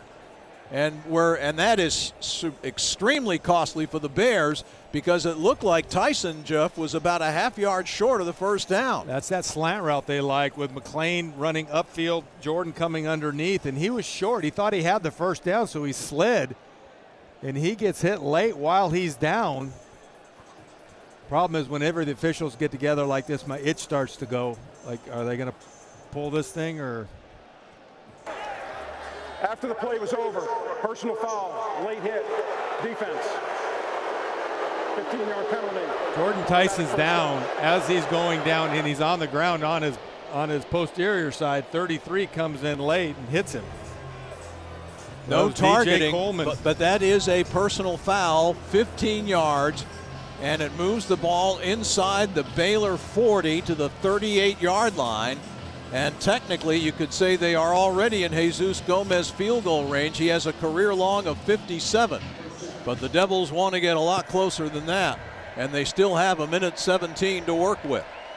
On first down, Levitt takes off and runs and gets inside the 35 and dives forward to about the 32-yard line. 6 yards on the pickup for Levitt. Jackie Marshall on the tackle for Baylor. And now a timeout is called. Who called the timeout? They still show Baylor with 3 timeouts on the board, but I believe the Bears did call this timeout here.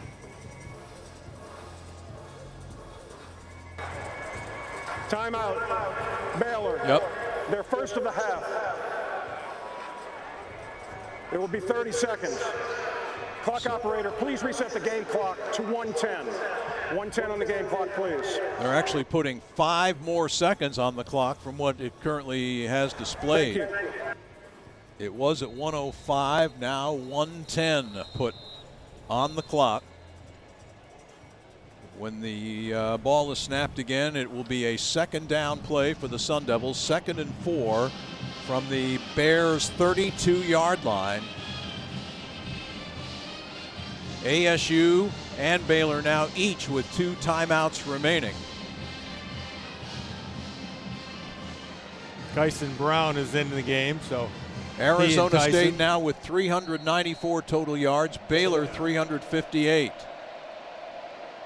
Levitt has Kyson Brown in the backfield. The snap, the fly sweep to Eusebio, and Derek Eusebio gets crunched and thrown down at around the 27-yard line, but he is close to a first down. 27 or 28-yard line. They're going to mark him short by about a half yard. It will be 30 seconds. And now we have a timeout called again, and I honestly couldn't hear who called it. Baylor.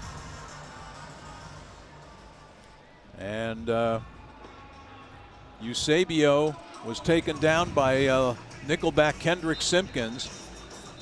This kind of threw Eusebio to the turf, but Derek got oh so close to the first down. He is inches short. And he stayed in bounds. Clock now with 1:04 left to go when the timeout was called, and Baylor did call that timeout, so the Bears have 1 remaining. And the Sun Devils need less than 1 yard to get another first down. And then at that point, Jeff, are you playing for field goal?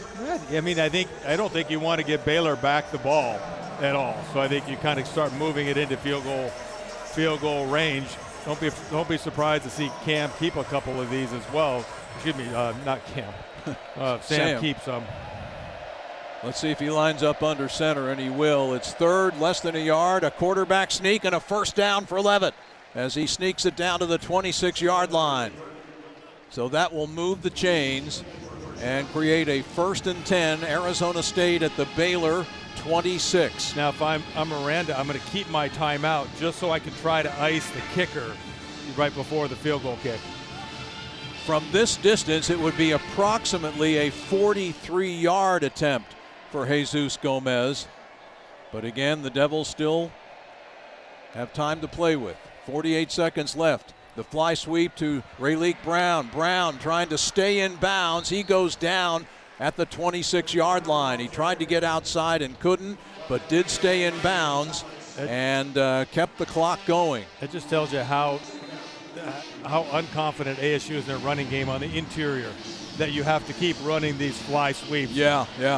No question. Pound that thing up the middle. Remember the 4th and 1 that Baylor got, the big run? Arizona State going vertical. Clock operator, please reset the game clock to 34 seconds. Now Arizona State has burned a timeout here to stop the clock with 31 seconds left. I think Kenny Dillingham figuring he would like to get a little bit closer for Jesus Gomez. You know, get him a 25, 30-yarder. You know, right now as it is, it's, what, a 41-yard field goal? But I think your point's well taken, Jeff. It's the Devils are having to adjust their play calling because some of the things that they're not really successful in doing right now. You know what the interior runs have been lately is faking the fly sweep and having the quarterback keep it on the RPO up the middle. Yeah. You know, which is great. I mean, Sam's a phenomenal runner. I doubt you'll see the ball go in the air at this point. Well, and what does that tell you, too? How confident are they in the passing game if they True. Plus, Plus, can't let it fly? an incompletion stops the clock. You got Tyson in the slot. So on second down, they give it here to Raleek Brown, and Brown is going to be wrapped up again. Virtually no gain on the play, but Brown did run the ball toward the middle of the field. He is stopped just shy of the 25-yard line. 18 seconds. The clock is ticking. Devils have one timeout left. Levitt gets him lined up under center. And now Sam will take the snap and drift over toward the center of the field and go down near the 25-yard line. And the clock stops with 1 second remaining. Boy, ASU. Timeout, Arizona State. Their final of the half. It will be a full timeout. You didn't get Clock the operator, sense. please reset the game clock to 2 seconds. 2 on the clock, please. You know, Tim, you just didn't get that aggressive field calling like, ASU wanted to go out and just prove a point that they're going to drive it down and pound it. Right. They had the 3rd and 4. They run a 3-yard slant route, and they get the penalty over the top. And I know you have a really good place kicker, and he's got a very strong leg, and you have confidence in him, but still, I'm with you. I kind of would like to see him push the ball further downfield. Of course, you don't want to risk a turnover. The Devils have not turned the ball over. That's the irony, the ultimate irony of this ball game, is that Arizona State is +3 in turnovers. They've gotten 3 takeaways, have not yet turned the ball over themselves, and yet here they are in a dogfight. So on comes Jesus Gomez, who has already this evening kicked 3 field goals, and now will try to win the game with about a 42, 43-yarder from the middle of the field. Canyon Floyd is the holder. And now, as Jeff mentioned, Timeout, Baylor. Their final timeout of the half. and Full timeout. Rapper nailed it. Dave Aranda saves his final timeout to call here to try to ice the veteran Jesus Gomez, the 6'2 senior from Puebla, Mexico, transferred to ASU from Eastern Michigan University. this is why ASU went out. This is why they got a big-time kicker just for this situation. Think about last year, we would have been really struggling to kick a 40 or 42-yard field goal. And how about this? In his career, Gomez is 47 of 54 on field goals of inside 50 yards. This will be, as we said, about a 42, 43-yarder to win the football game. So either the Sun Devils will win it or we go to overtime.